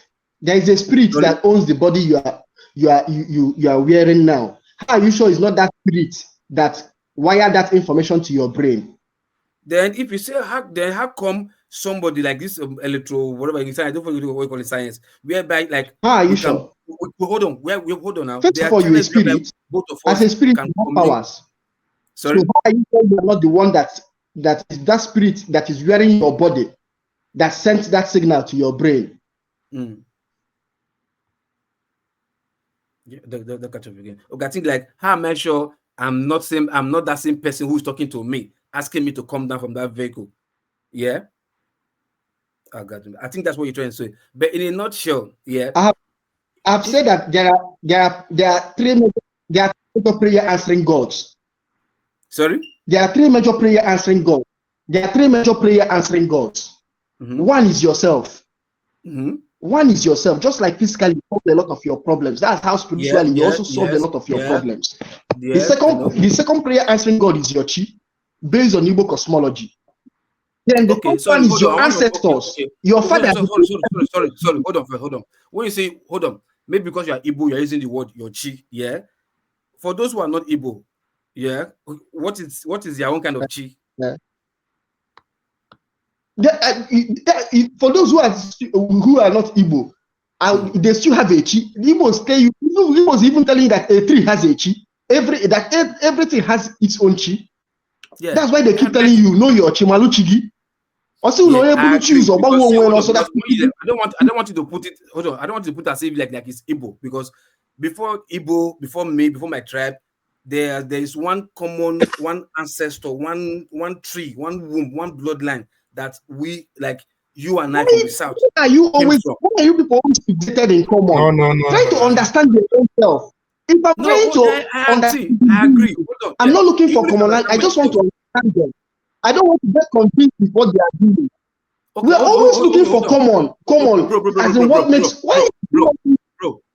Bro, hold on. Now listen. I believe you have a dad and you have 3 or 4 brothers. For example, 3 or 4 brothers. And where you were growing up, your father have an altar where all of you worship, this and that, Are you now telling me that when all of you now grow old, 4 of you or 5 of you boys, let me not say women now, boys, all of you now grow and go to your own family, you will not be serving your own, invent your own kind of God and be serving it, or you will still keen to the soul from your father? Should I answer you? Should I answer that question from Igbo perspective? Sorry? From Igbo perspective, Igbos will say, Onye puobi mwa malube. Immediately you leave your father's house and have your own this thing, you institute your own. You institute your own. And what are you instituting? You institute your own chi. Adokwalu hundi shie. if you people have a communal god or a family god that you people worship, adore here, you have it there. You make your own destiny from that place. Now, what I'm trying to say is that most times we get fixated with that. We keep trying to break into that unknown, that thing that is too far from us. Why at the cost of the one that is we are very sure. That is why people will be wicked. That's why there's inheritance. That's why there's transfer. All right. Wait. That's my point. This is why people are very wicked to their fellow human being in the name of a God that they cannot really vouch for. So why are we so always so not really God? I just use your father for instance now. Oh my God! Why are we fixated with that unknown? Start from the known first. Start from the basics. That's why I'm using your father. I'm using your father, your dad first. That is known. Your dad that is known. I'm using your father first. That is known. I'm saying I know that we have a common source. We have a common. How are you sure? Leave all those things. So if we are not sure of those things. All right. We done 3 hours. Not that we have any limit as such, but I want to make sure that a common destiny. Let's always stick to the ones we are sure of. Before we go to thank you, Nze. Before we go to Igbo basics, there's a question on the comment section that is interesting. It says it's from Shegun O. It says, if I wake up in the morning as an Igbo person, well, I don't start saying that I'm praying to Chukwu Okike. I first of all call on my chi. I call on my Ndiche, my aunt.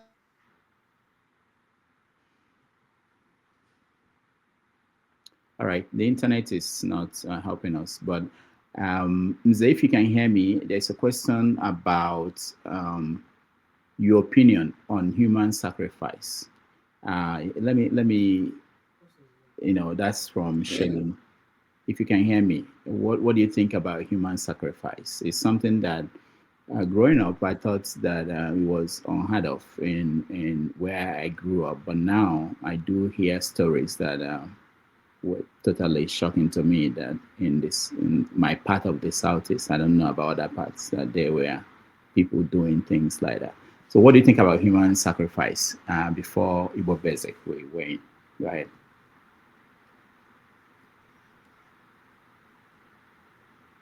Nze, did you hear me? Yes, he talked about human sacrifice. Some of these things are exaggerated, and let me tell you this: every religion is involved with human sacrifice. But some of the things you hear that these ones and all that, some of these things are not verifiable. But is it possible that people, if anybody who is trying to go into necromancy, you definitely use human being, be it Igbo, be it any culture, be it any religion. Once you start delving into necromancy, once you start looking for dark powers, you will definitely enter into the realm of human sacrifice, because the human being is the highest form of sacrifice. It's the most potent if you are in search of powers. So it's not about Igbo whatever. I'm from Unewi and Edo. One of our primary deity or primary god abhors human sacrifice. Okay, thank you. We have a lot of Igbo deities that human sacrifice. Your chi and your ancestors, which are the basic of the foundation of Ordinana, they do not take human. You cannot offer human being to your chi. You cannot offer human being to your ancestors. Even in the past, when they talk about, is also say that you can offer human being to even an deity. You cannot offer human being to an deity. It's still chicken and goats. All the basics of Ordinana, you see that it's still chicken and goats. It's when people are pursuing power, dark powers, or metaphysical power or psychic powers. That's when you enter into the realm of necromancy. So you must pay the price. Everything has a price. So let's not push it in Ordinana. It's not Ordinana. Even the people who other religions are involved in it, if those people who are practicing that religion want have a kind of mad quest for a kind of metaphysical power, demonstration of metaphysical power, you must be lured into it. Okay. Dibia, that's just very correct. Very correct. Ordinary, the basic law of Ordinary is against homicide. You can kill people. You don't kill a person. That's an abomination against the land. And if you call Ordinary, remember that Ordinary is the deity of earth. You cannot kill people. So whatever people do in pursuit of power is a different boss. So he got it right here. I'm going to stop here so that my big man, the Igbo basics, will step in. All right. Alex Ndewo. Emeda. I did. It is well. Thank you. Dr. Damages. Yes. It is well with us. And Nze Tobe Osigwe, as your internet or your computer has decided to start swelling. But we are still here. Hopefully you will be back in a minute. Nze no.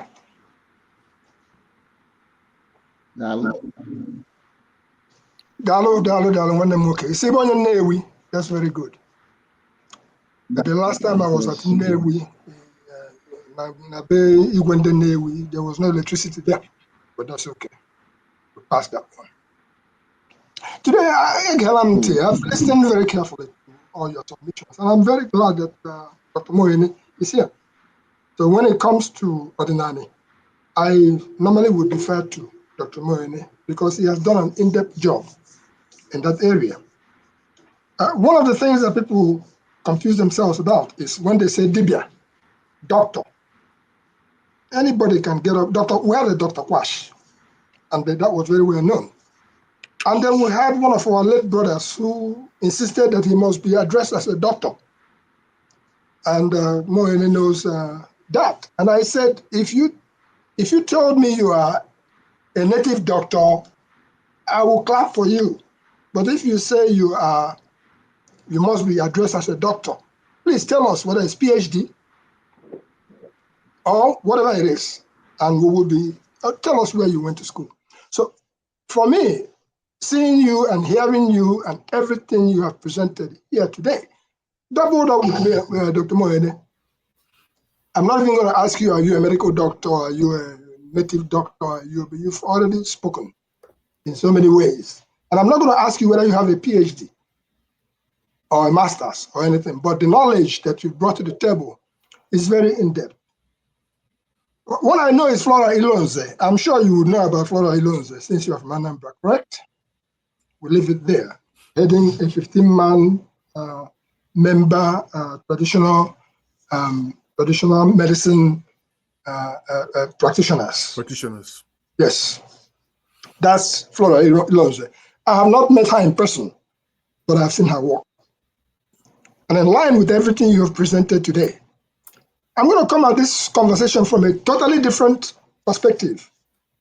I had the privilege yesterday of attending the ordination for a deacon somewhere in Lakewood, New Jersey.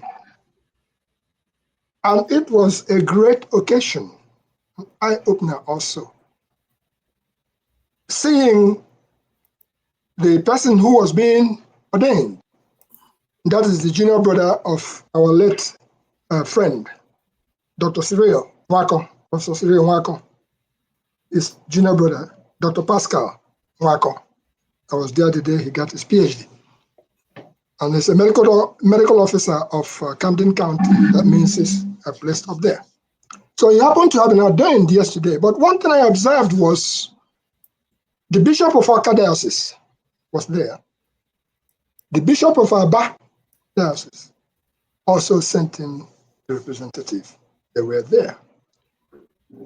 And after the ordination, one thing very interesting is that I found the mixture of community, religion, tradition, name it, all in one place. Because after the ordination, as we walked outside, there was a group, they were out there drumming very seriously, rejoicing as to the achievement of this young man to have become a deacon after going through so many processes, having a PhD, doing this and doing that. What occurred to me, as you can see, the cap I'm wearing is akin to the people from Bende, but it's an Igbo cap, as we understand it. I could have put on a red cap, but no, that's not the day for that. What I am looking at here is, I thought about it, what if I brought the Ohafia war dance in front of the church in Lakewood. And then we start with our cocoa and everything outside.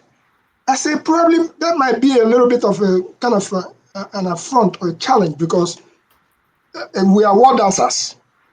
And I saw that the kind of presentation that was made was appropriate for the occasion. So having said all that, Nze, when you do come back, I'm a student of both Omenoko, Alabingo, the one, the rest of it. Dr. Wayne, the work you have done in the area of Ordinary, all I know is that those who are yet to come, they will benefit from every work that people like you have done. Just like what Dr. Damages have been doing here. The people who are yet to come, just like Dibia I had mentioned earlier on. At this stage, I'm already a retired man traditionally, okay? But I do practice bushcraft. And that's where that big statement comes in. You're talking about witchcraft, wizards, all the rest of it. I practice bushcraft. All right.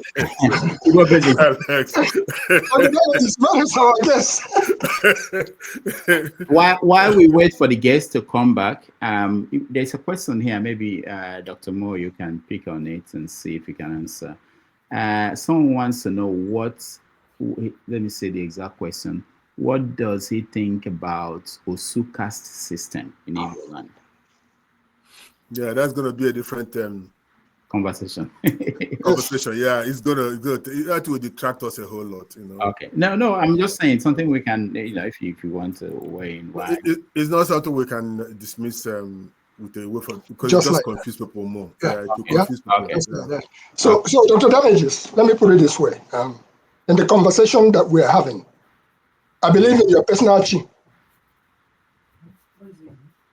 Everybody, every living human has their own chi. Whether it be you Muslim or Christian or whatever, you have it. You have a chi that guides you. And if you go against your chi, you are pretty much done. If you go against your chi. And then when you talk about Almighty, we are born and we come to know Obasidinelu. And we wake up and we move. But our chi is still what is guiding us. I always defer back to my mother then. My mother, to the best of my knowledge, never walked into a native doctor's house. A native doctor it's not a bad thing to be a native doctor, okay? It's only when you begin to practice something that is dangerous to human beings that your own native doctor becomes a bad thing. I can tell you the last time I entered a native doctor's shrine was way back in 1974. And that native doctor was in Aba Hill. We call him Man Pass Man.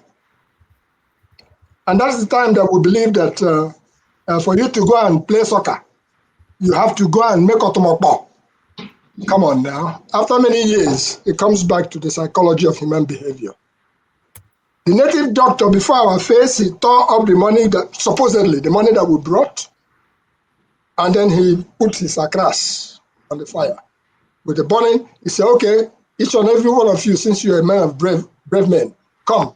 He will use his knife and cut on your chest. And they say, go. After I looked at all that, I come to the fact that, Dr. Damages, the job you are doing is such that it's a talent that God has given to you, just like what Dr. Moene. It's a talent that you possess. A lot of us don't possess the same kind of talent to swallow the bouquet the way you are doing it. Just like we cannot even attempt or pretend to be Zebrodaya Okorigo Mobalayas 430. I know you saw that one coming. We can't pretend because there was only one man like that in the whole universe, to the best of my knowledge, besides Moles of France or wherever that man comes from. That man. So as we move forward, I believe in your personal chi, and I also say to everybody, each and every day. If they say, God, God, God, God, what can God do you? The God is in you. The God is in you. And if you go against the God that is in you, that one on to Alex, so thank you so much. Let me say this, Rodolphe, I was in a rush when I dismissed that question. I mean, it's not fair for somebody to come to your program seeking knowledge and don't get an answer. That's very rude. I'm really apologize to that person who asked that question. Listen, discrimination has been there from way, way back. Okay, people discriminate on different bases. The Osuten is very religious. Before the coming of the white people, they were revered people, sacred, son of the gods, guardians of the gates of the gods. So they was there. But to understand how it is still persisting, I could tell that when I was in high school, I was raised up in a Catholic household. I couldn't date an Anglican girl in the same village, the same town. So discrimination has been there and it's still persisting. In different areas, they have Ume, they have Osu, they have this, that, Udenibo, Nwadiala, whatever. It's there. But with the emancipation of man, with our knowledge now, we know that nobody has ever died from marrying a girl who is from the other side of town. Or when we were going to Europe for the first missionary journey, unless you remember this, the law was don't marry a white woman. It's the only thing they tell you last before you board the plane. Okay, they keep saying all these things. So it is there. It has no meaning. The more we ignore it, the more they will all go away. If your mind tells you don't do this and don't do it, even to this day, if your father or mother is a knight in a church, somebody who is not from that religion, you don't marry across.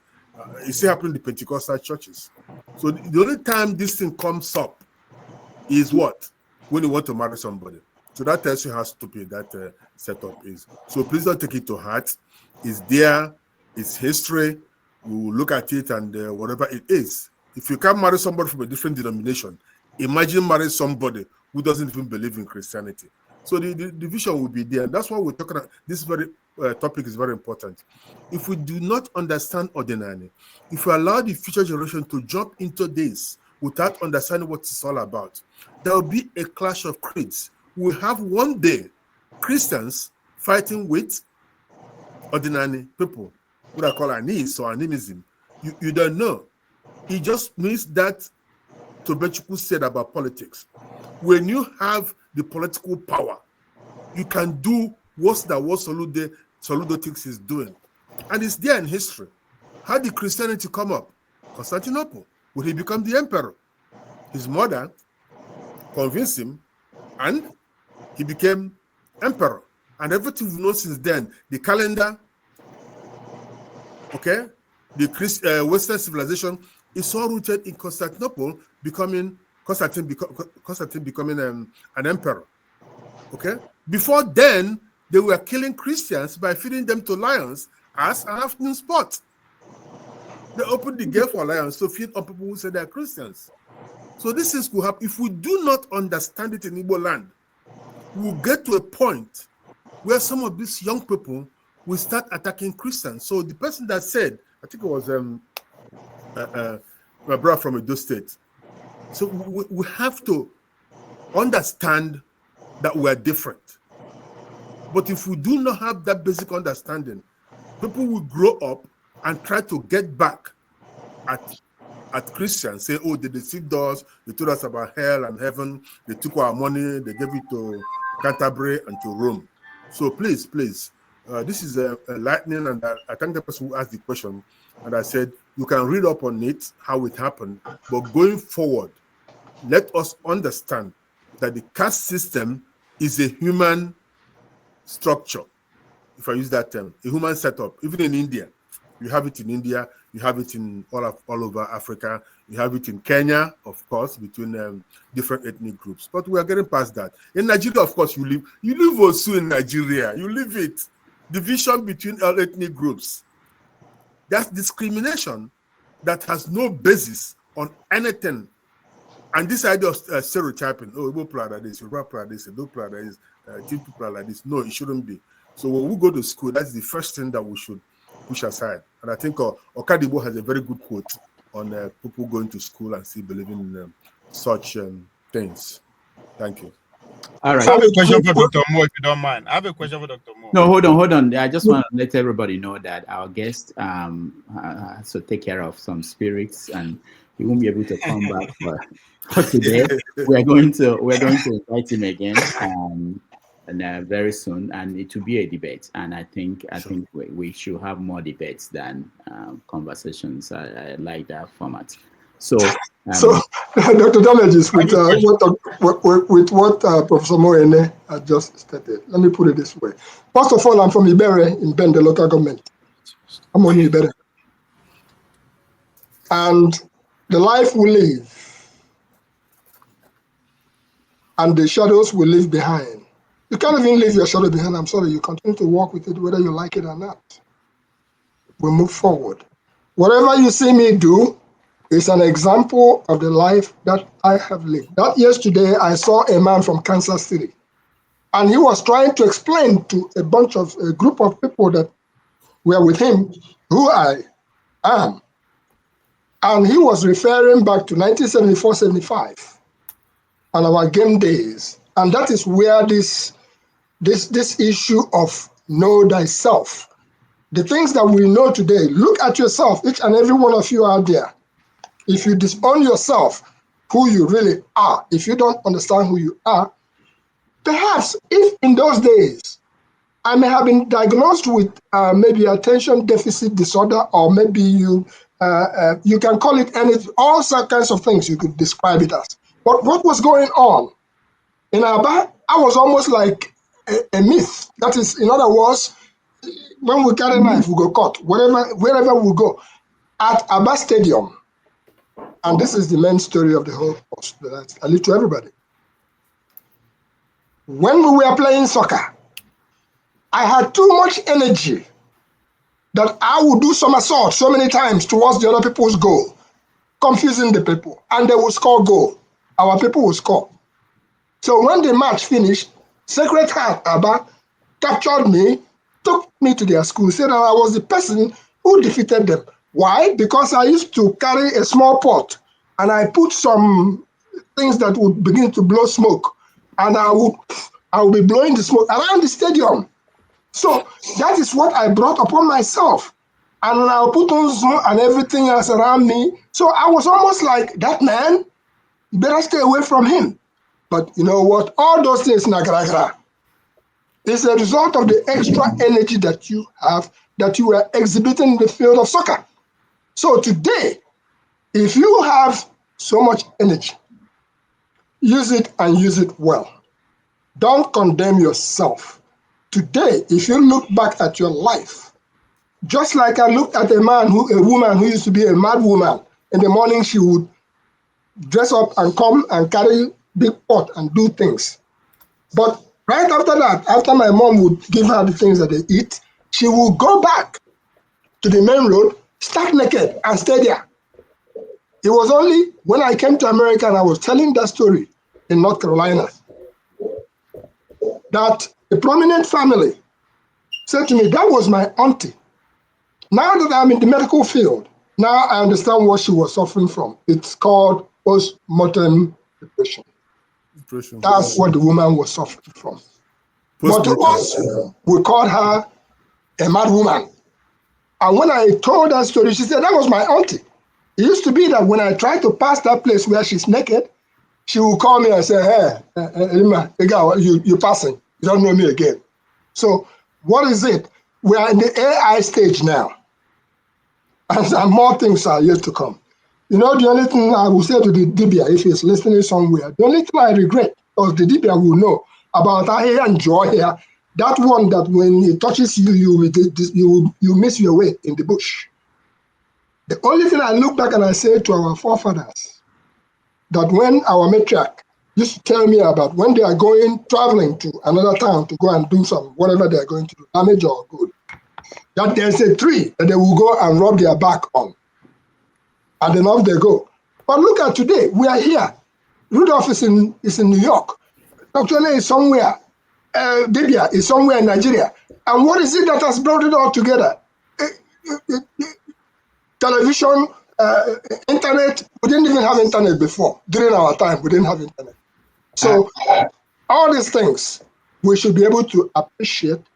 Back to your basics. In your bush, there is something in the bush of your village that you should go and learn about. Find it. And when you find it, please bring it to Dr. Donady's show, and we'll be just okay. Thank you. Thank you so much. I just want to apologize to Mazi Apara. You know, he didn't get a chance to weigh in. I'm sorry about that. Things like this, they happen. But Mazi, what were you going to say to him as we round up?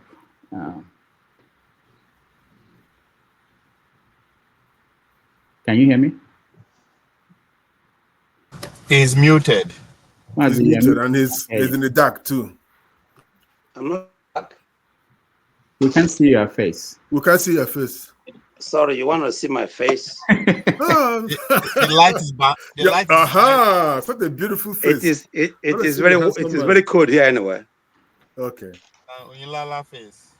So what I was trying to ask the young man, if he becomes sick, does he go to Orthodox hospital or does he treat himself? Because these people, sometimes we make some comments he made here was like, he said that he must bring the other religion down, which is unfair. Dr. Moore has condemned Professor Soludo that goes into the bush as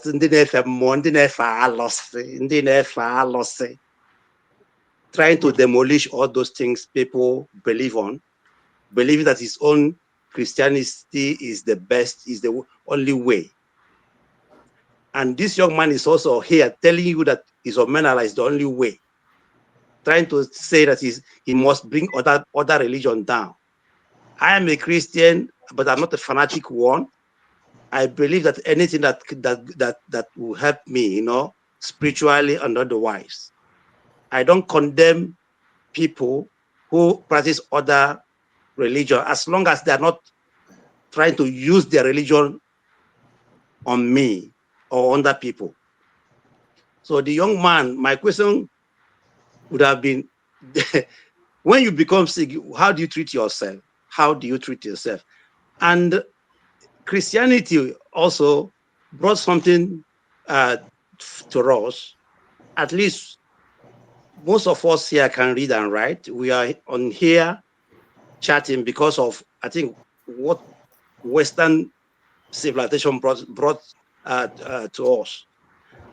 I don't know, Dr. Mo, if these people didn't come to us, do you think that we would have been civilized as we are today? Yes. Thank you. Yes, massively. I think that's a wrong. Yes, massively. I look at over people grow over the years. These people didn't used to have toilet facilities. Okay, the story of throwing the child away with the bathwater.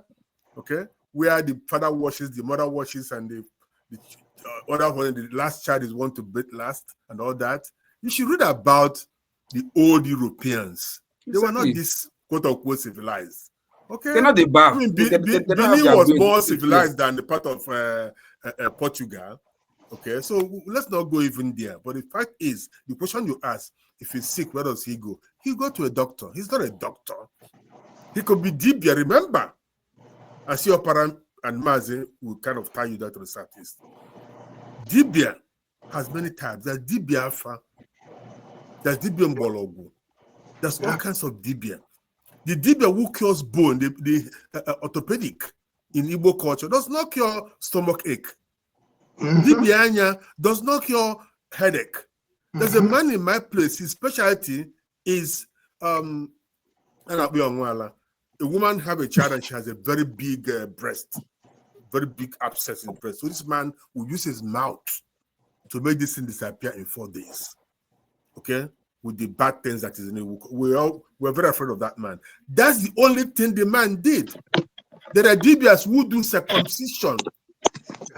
Okay? Just hot water and their sharp knife. And the child is screaming. Okay, they are specialists. So these are all dibia. If you are sick, for crying out loud, you go to the hospital. Remember, some churches do not subscribe to Western medicine. They do not subscribe to, what's it called? Changing blood or blood transfusion. Blood transfusion or some other things. Okay, they do not subscribe to that. So women do not even go to doctors when they are pregnant. Okay, they keep praying to God. Doctor, finally, I will log off, doctor. Finally, if you say that we would have been civilized like them, yes, why, or even more, doctor, why 90% of sub-Saharan African countries, including where we are coming from, Nigeria, has no access to water, has no access to road, has no access to electricity? What stops us from having these facilities if we would have been more civilized or civilized like them? Because we have bad leaders. Very simple answer. First leaders. Dubai, but the same leaders are bringing Chinese contractors. More, the same leaders are the same Nigerians or black people cannot even construct ordinary roads without English, Chinese, Arab help. That means something is wrong. We got it wrong. We got it wrong. Let me come here. Sorry. We'll still get there. You know, we're trying. Look, there used to be a time when Japanese stuff were cheap quality or say made in Taiwan. They say made in Aba. Okay, we are getting there. Do not run. If you can contribute, if you can make it better, my brother, step up. But do not use this idea of if they didn't come, we would have been doomed. No, I won't. Somebody who sees himself as subservient to the white man. No religion brought civilization to any country. Exactly. Religion has no business with civilization. Right? Neither Christianity nor traditional worshippers brought civilization. It is education that brought civilization. Thank you. Now I was out for a minute, but some people were calling. Can I hold on? Can I hold on? No. Loco P, calm down. I will come to you, please. No, let you continue. I wanted Kene to say something about what happened before. Yes. Yeah. So if I come to Dr. Damage's, if I was on TikTok and I found Dr. Damage's giving a teaching, some teachings, and I stopped by to listen to Dr. Damage's, and I love what Dr. Damage's was saying. And a few days after I come back again, I still see Dr. Damage's, and I listened to what he was saying. And I came back because I love his previous teaching. Then I asked a question, and Dr. Damage's casted a death spell and blocked me. I laughed. I was like, no, I'm used to this. I've seen your type. I left.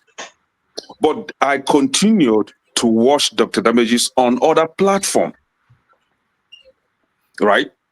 Now, but each time I watch Dr. Damage's, I feel bad because he could not, or he didn't understand my question, or he couldn't answer my question, and he blocked and he insulted me and blocked me. I felt bad that happened. And then today, I called Dr. Damage's out for casting a death spell on me to remind him that I'm still alive or I'm not dead. And Dr. Damage's said, oh no, I've never been on live session. Really? Okay. So who did I see then?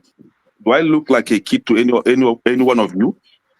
That I would just assume that Dr. Damage's has turned to Mr. Moore. I don't know Dr. Damage's anymore. Damage's face in today's now, if anybody uses Dr. We're not doubting what you said. We're not doubting. If anybody uses Dr. Damage's, we need in this sort of there's no need. He who accuses must prove. If you accuse somebody of something so grievous, in TikTok, right? Evidence. Now, in TikTok, when you host live sessions, it doesn't get stuck there. You have to come back and upload it yourself. I have people that run live TikTok that if you go on their platform right now, you will not see any live session there because they don't upload it. They only upload their personal videos there. Am I saying that what our guest is saying is wrong or is lying? No, it could be like somebody came up with AI.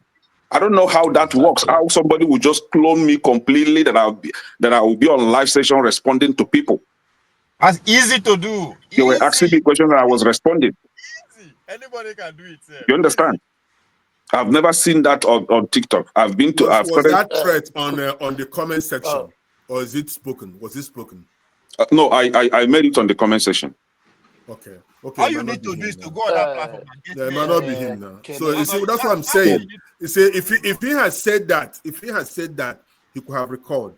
No. Somebody made a comment on the comment section. My own comments. The question that I asked was on the comment section, but the response was live. He responded, verbally, and then blocked me.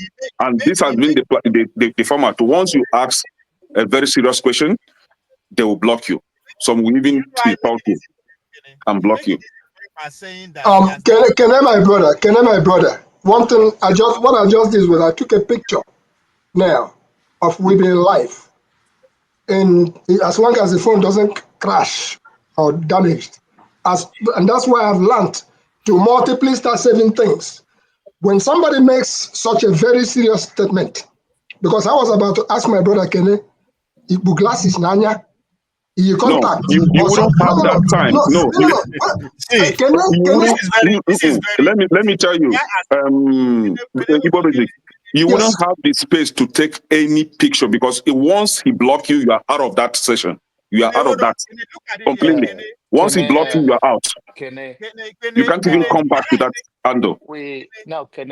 All I'm trying to say, Kenny, is for us to know. What we are trying to say here is this is a serious. It's a very serious matter, and I don't take it lightly. Now, we are not saying whether your encounter with him is true or false, but as far as in this kind of magnitude, that is making a live presentation here, and you could not prove it. There's a way you can put the statement that this happened last time. I was thinking it's you. I'm not too sure. I don't have a proof. That's wisdom. That's wisdom. This is the way I felt that day. I may be wrong. I may be right. In that case, he can clear himself whether it's him or not. Now, from all the conversation we have, now, now I understand. I understand. I understand what you're trying to say.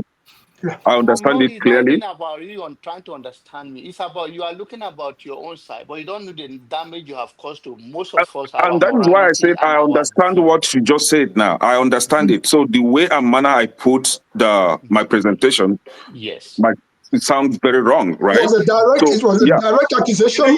Thank you. Because everybody here will attest to the fact that I'm a direct person. Do you understand? I don't try to sugarcoat anything. But as and that is why it's always good to listen to people, right? I've listened to what everybody said. The way and manner I presented it might be very wrong. And if anybody feel offended by that, I'm sorry for that. Don't apologize. You are not wrong. It won't profit me anything to accuse anybody wrongly. Can I hold on? You understand? Can everybody let me moderate? Please. It doesn't help us if everybody's talking at the same time. Kene is talking. Let him finish. Yeah. So I can't come up on this kind of show to accuse anybody in a wrong way. I can't do that. I just felt bad because this is somebody that I love following his teachings. He and one Mazi something. Yeah. Mazi Dibia. So I love following them. But I felt bad that he responded to me that because it felt like he's not even different from others. Because when I go to all those prophets that will see that you'll be buying car tomorrow, and I'll be like, how do you know that he's buying car? Do you even know if he has money? They will just insult me or block me or tell me that, the son of the devil is here. They will just block. I was like, you're not even different from this type of people. So I felt bad that happened, right? And that was why I come up with it. And not that I'm even, not that I even take it serious. I don't even take it serious. I don't even take it to heart, but it's just me seeing him. I was like, okay, let me use the opportunity to remind him that what he did wasn't really right. But maybe the way I presented it wasn't that nice. So I feel sorry for that. As you know, I have no evidence now.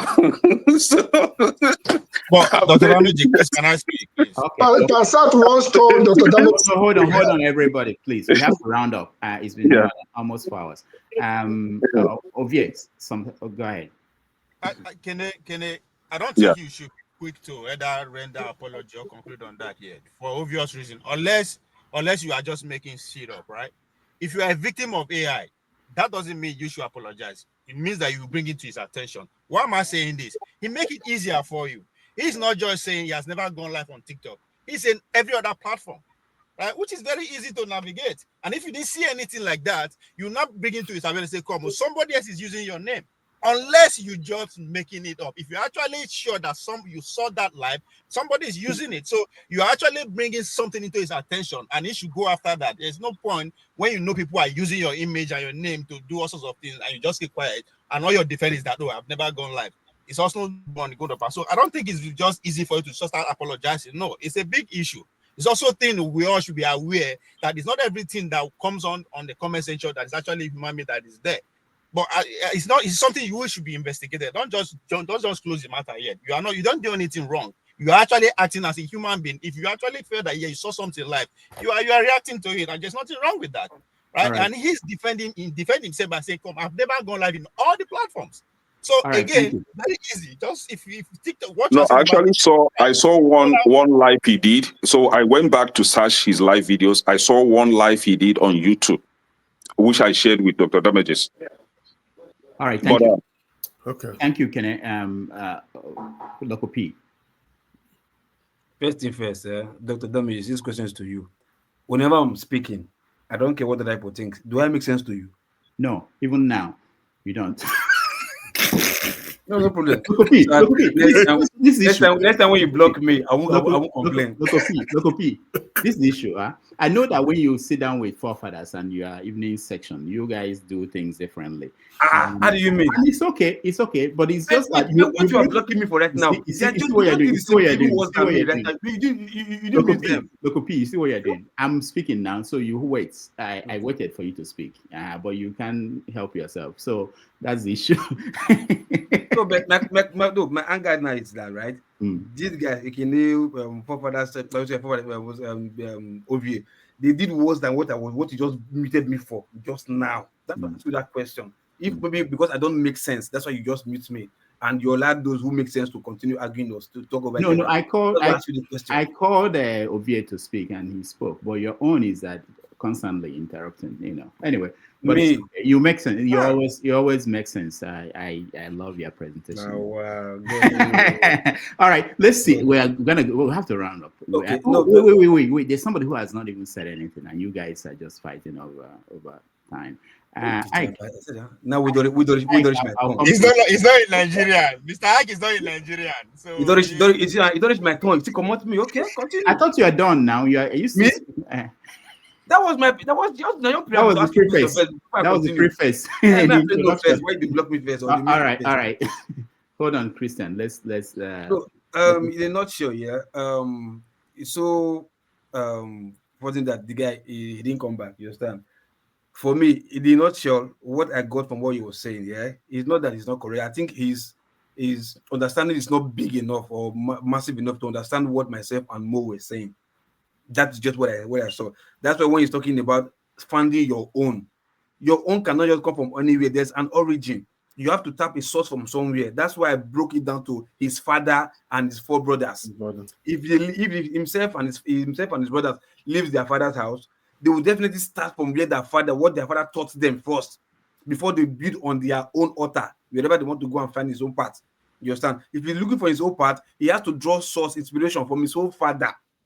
And that is what himself and his four siblings would do, the male siblings. That's what so he can't just wake up, leave his father's house and or what my father used to do when I was small, forget about them, go and start forming your own, thinking about it. But local, that's what he's saying, what you are saying, right? That no. Hold on. Myself, let me finish. Myself, him is saying you don't have to look for source or common. Start your own. That's what he's saying. No. It's a choice. He said it's a choice. Okay, guys. If you want to have a family home, Ovie, hold that thought. Everybody, I have a question, just one question, just a second. Please, maybe I miss when he said that, but every dibia has something he does that, explains his dibia stuff, right? Our guess, what kind of dibia is he? I don't know. Okay. Can you help me? Yeah, thank you. Let me just say this. There will be an after show. KJ is ready at the other stream for you guys to analyze this to death. And from the analysis, we also get what we are going to ask him next time he comes. So it's very important that we do that. But I want to hear Christian and hear Ike, and then Mo will round up for us. All right, Christian, go ahead. Yeah, thank you, Dr. Damages. When I actually listened to him, but it seems that my internet wasn't so much helpful to me to see the whole most of his. But I had all his presentations and asked him questions. But the reason I asked him the question is like, one of the things about civilization, the mark of civilization, is to be able to organize. When I asked most Igbo intellectuals about these cultural issues, there seem to be some kind of evasive because in their answers. But my own take is simple. I went to a white man's church. He told me that God is limited. So he said God is limited by free will of man. So I came back and started thinking about it. Then I understand that human being is made of two aspects, the spiritual and the physical. Now, the more we understand the phenomenon around us, the less God we attribute things to God. So it seems to me that the Igbos are abandoned, because of the way when the Christianity came, they came with all sorts of things, not just only Christianity. They have forgotten they came with something like Freemason, Rosicrucian, order, and all that sort of thing. But the Igbos seem to have abandoned their own culture, our own religion, a way of doing things, and embrace wholeheartedly the Christianity, which basically is not serving us very well, at least for now, in the Nigerian situation we find ourselves. And other ethnic groups like the Yorubas and the Fulanis, they were able to adapt these foreign cultures. And culture is living thing, so it does interact.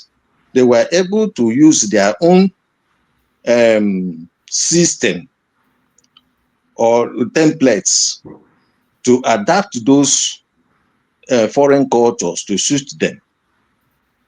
Our people enter this Reformed Ogboni fraternity today. They didn't realize it was somebody that actually reformed it from their ancient system. So when I talked about Nze, he said he was Nze. I did ask him, was he Nze ndị nke akara ihe n'ire? Does he wear arrozo and those kind of thing? Because some of these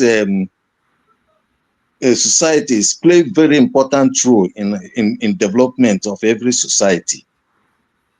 But it seems that the Igbos feel like they have embraced Christianity, but they don't understand the full things about Christianity, why it doesn't work for us.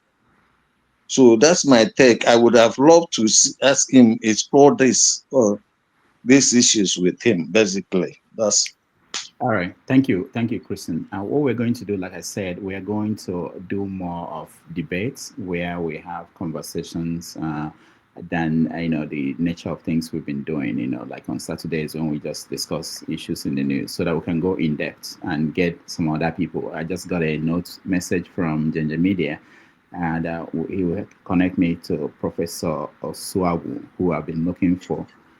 Yes. Also in that. Yes. All right, Ike. Yes. After you and Mo, we round it up. KJ is waiting to do more conversation about what we've been discussing. Go ahead, Ike. Good afternoon, good evening, good morning. Happy Sunday to everybody. Dr. Damages, I have not come to say anything. I just came to attack you here this afternoon because I'm just joking. But I'm used to that. I wasn't steady watching because today is Sunday. It's the only day most of us have time to look at your home and do certain things in your house. Monday is another day of work. But what I saw was several times righteous man wanted to speak here. I saw when you said that after somebody speaking, it's going to be righteous man, but he ended up not speaking. And you said from your own that I know you're from Nigeria. I'm going to give righteous man the next opportunity because he's speaking from Nigeria. But from the time I was still here, he never had that opportunity. He signed out. I know he got angry. He signed out. He came back again. You started with Lokopi, with the people that he had been here waiting for. He was ready. He was waving his hand. I know sometimes it's difficult for you to, to control everything. But what I'm trying to say, if you find time, tell him you're sorry because, maybe you couldn't figure out, what happened. You couldn't let him speak. That's the only thing I want to say about today, not about the conversation that took place. All right, thank you, Ike. Righteous man actually spoke, unless I have an earplug. He spoke. He did. And on that note, Dr. Damages, if you allow me 1 second, I'll just end up with a song before Dr. Ene goes.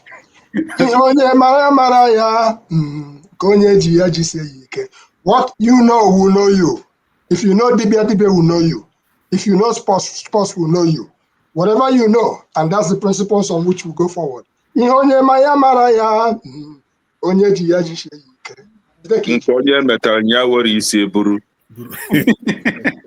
Now they're composing music right here. Yeah. Okay, Mo, before you speak, let me just say that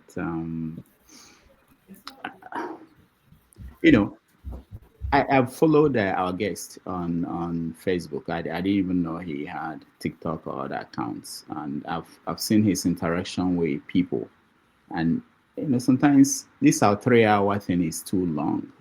People have been telling me that it's too long, and no matter how composed you are, after 2 hours you are stressed, and it doesn't bring out the best in people. But again, it gives us a chance for them to also, for us to know who they are, break them down. After a while, you may be guarded at the beginning, but eventually you break down and you talk like normal people, and that's why I like the interaction section of these conversations. But I'm not trying to say that Kene. I'm just going back to Kene and what happened. There are a lot of people on social media, but if Kene is sure of the conversation they had, I'm not thinking it's AI. I don't think the AI has gotten to the point where you set up somebody and someone to be there and we'll be questioning that person. I will be sending you video, Dr. Damage. Okay. Based on what you said now. Okay, all right. I don't think it's up at that point. But what I'm saying is that there's something that Jonaba actually captured it. There's a way you frame your question, especially when you don't have something you can present. When somebody say, especially something as big as something like that. But my own reading is that from all I've seen, his interactions with people, I don't see him as somebody who will say something like that.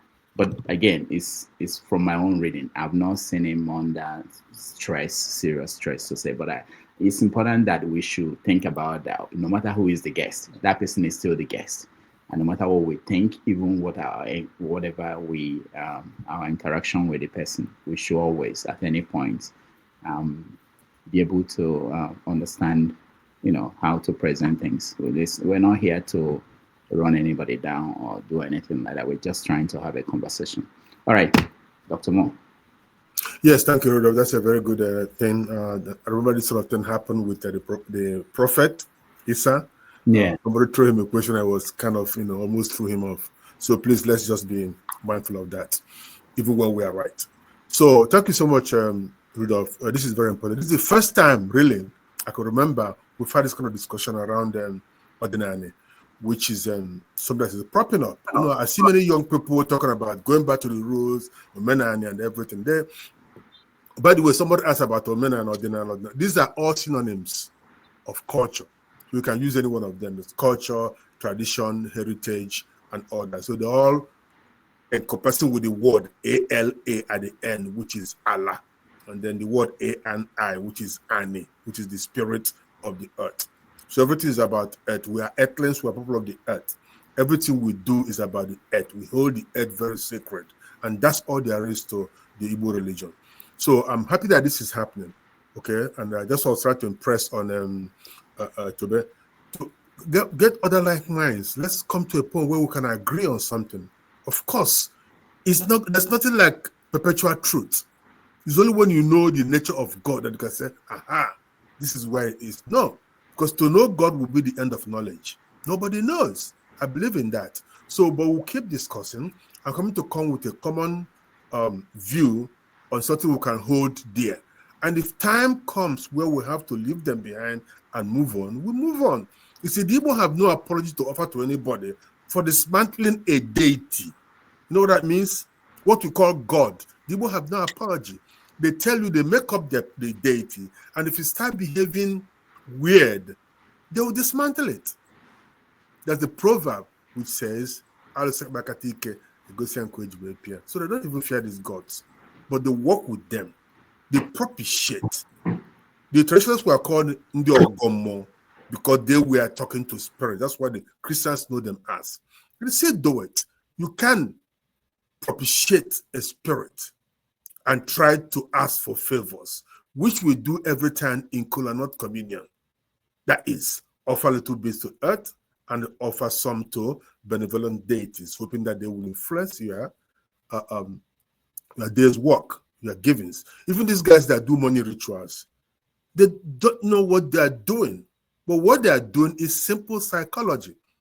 If you give 10 or 20 people power and 10 of them succeed, of course, you beat your chest and say, oh, because they came to me and they went somewhere, did something, and they made money.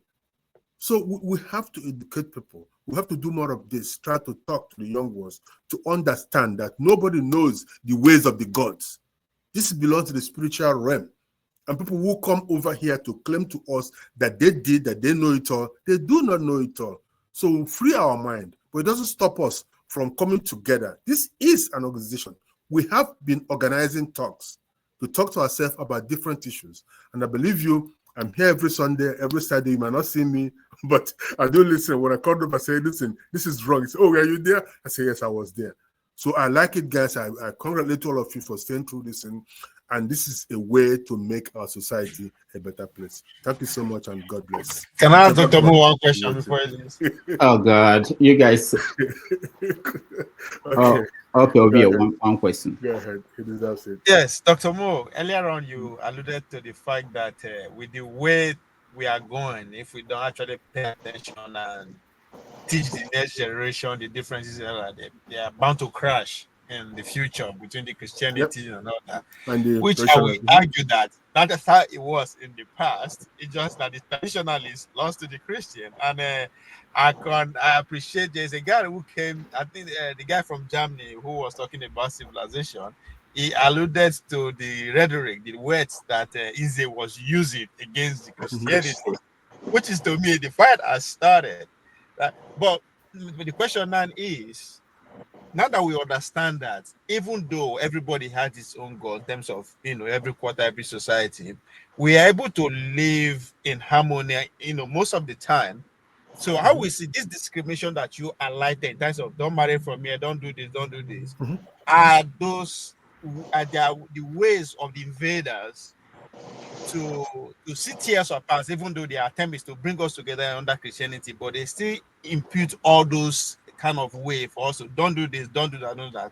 So my question now is that aren't we still fighting their fights? If we are still saying this person is a witch, don't do this, aren't we still fighting their fights? And if that is the case, when are we going to start fighting our own fight in terms of now looking inward and say, okay, this thing we are used against us, why were this law in place in terms of various communities?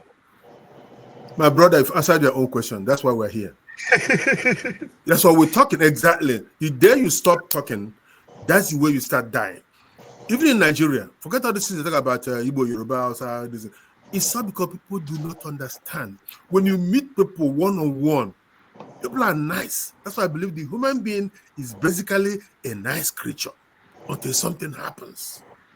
This group thing, oh, they're against us, oh, they're this, oh, they're this. That's when we start getting into trouble. So the more we talk, the more we take this to the religious side, to the political end. I like you presenting some people that I don't like us, political principles. But the fact is, I respect that. I love that. That's what we believe in.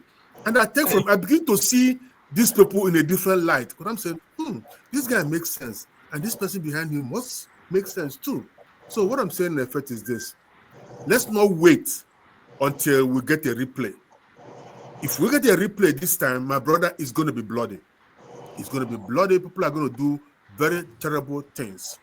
In Nsukka, the past 2 weeks alone, 5 reverend fathers were killed. Just like that. We don't even know why it's happening. Before, you dare not do that. You touch in any place, you don't kill a dibia, you don't kill a reverend, you don't now they kidnap archbishops and ask for ransom. What went wrong? You see what I mean? So we have to begin to teach the younger ones. There are things that are sacred. Human beings are sacred. You cannot create a man. A man is not just body. A man has spirit. Okay? In Igbo, we say mandu. The beauty of life is a man. It's the beauty of life. But there's a spirit component to a man. You can't kill the spirit. The spirit lives on. So I don't know it all, but I love this. I love the conversation, and I believe that it will take us somewhere. Once again, Rudolph, thank you so much. And I appreciate you. The woman behind the man who allows you to do these things. And Dr. Damages, Christian, my brother, he asked a question here, which I thought we shouldn't leave on the table. Christian asked the question, why is it that we let me use the word rigmarole, that we're not as direct, The purpose of using proverbs to have a conversation, and this goes to my brother Kere, if you listen to the elders speak, they will speak and speak and speak. They're telling you everything. It's all packed in the same statement they're making. But you cannot turn around and nail them. And that is why we go around. We have said everything you wanted to hear. We just didn't tell you shut up. We told you shut up so many times. But the fact is that Kene is also an elder. Yes. All right. That's why Kene, I just put it in there. I was answering Christian's question, and I said to my brother, and get the bit of the careful. This will never end. Thank you, everybody. Wait, hold on, guys. I'll come back and thank everybody.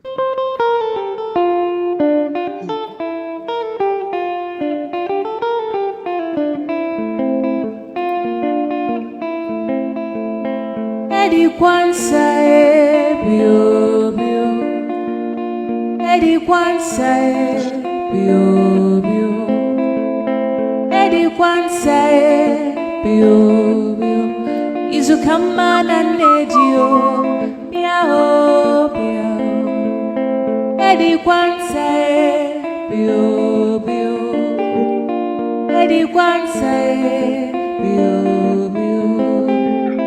Eddie Kwansa bio bio, Izukamana nedio biao biao.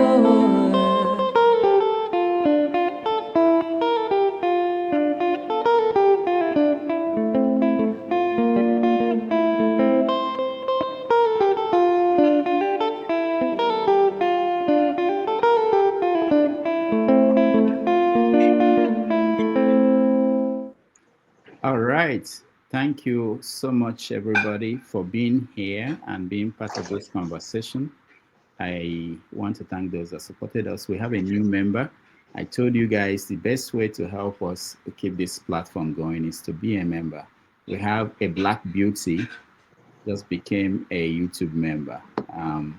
So there are opportunities for you to be a member, and very soon we'll be rolling out a few things for a member assembly. Well, it's something that way to help us so that we can keep this channel going. I want to thank you, Black Beauty. We want to thank Oriako Tobe for your support. Igbo Basics, thank you. Kulata, thank you. And Ken, thank you so much for your support. We appreciate all of you. Until next week.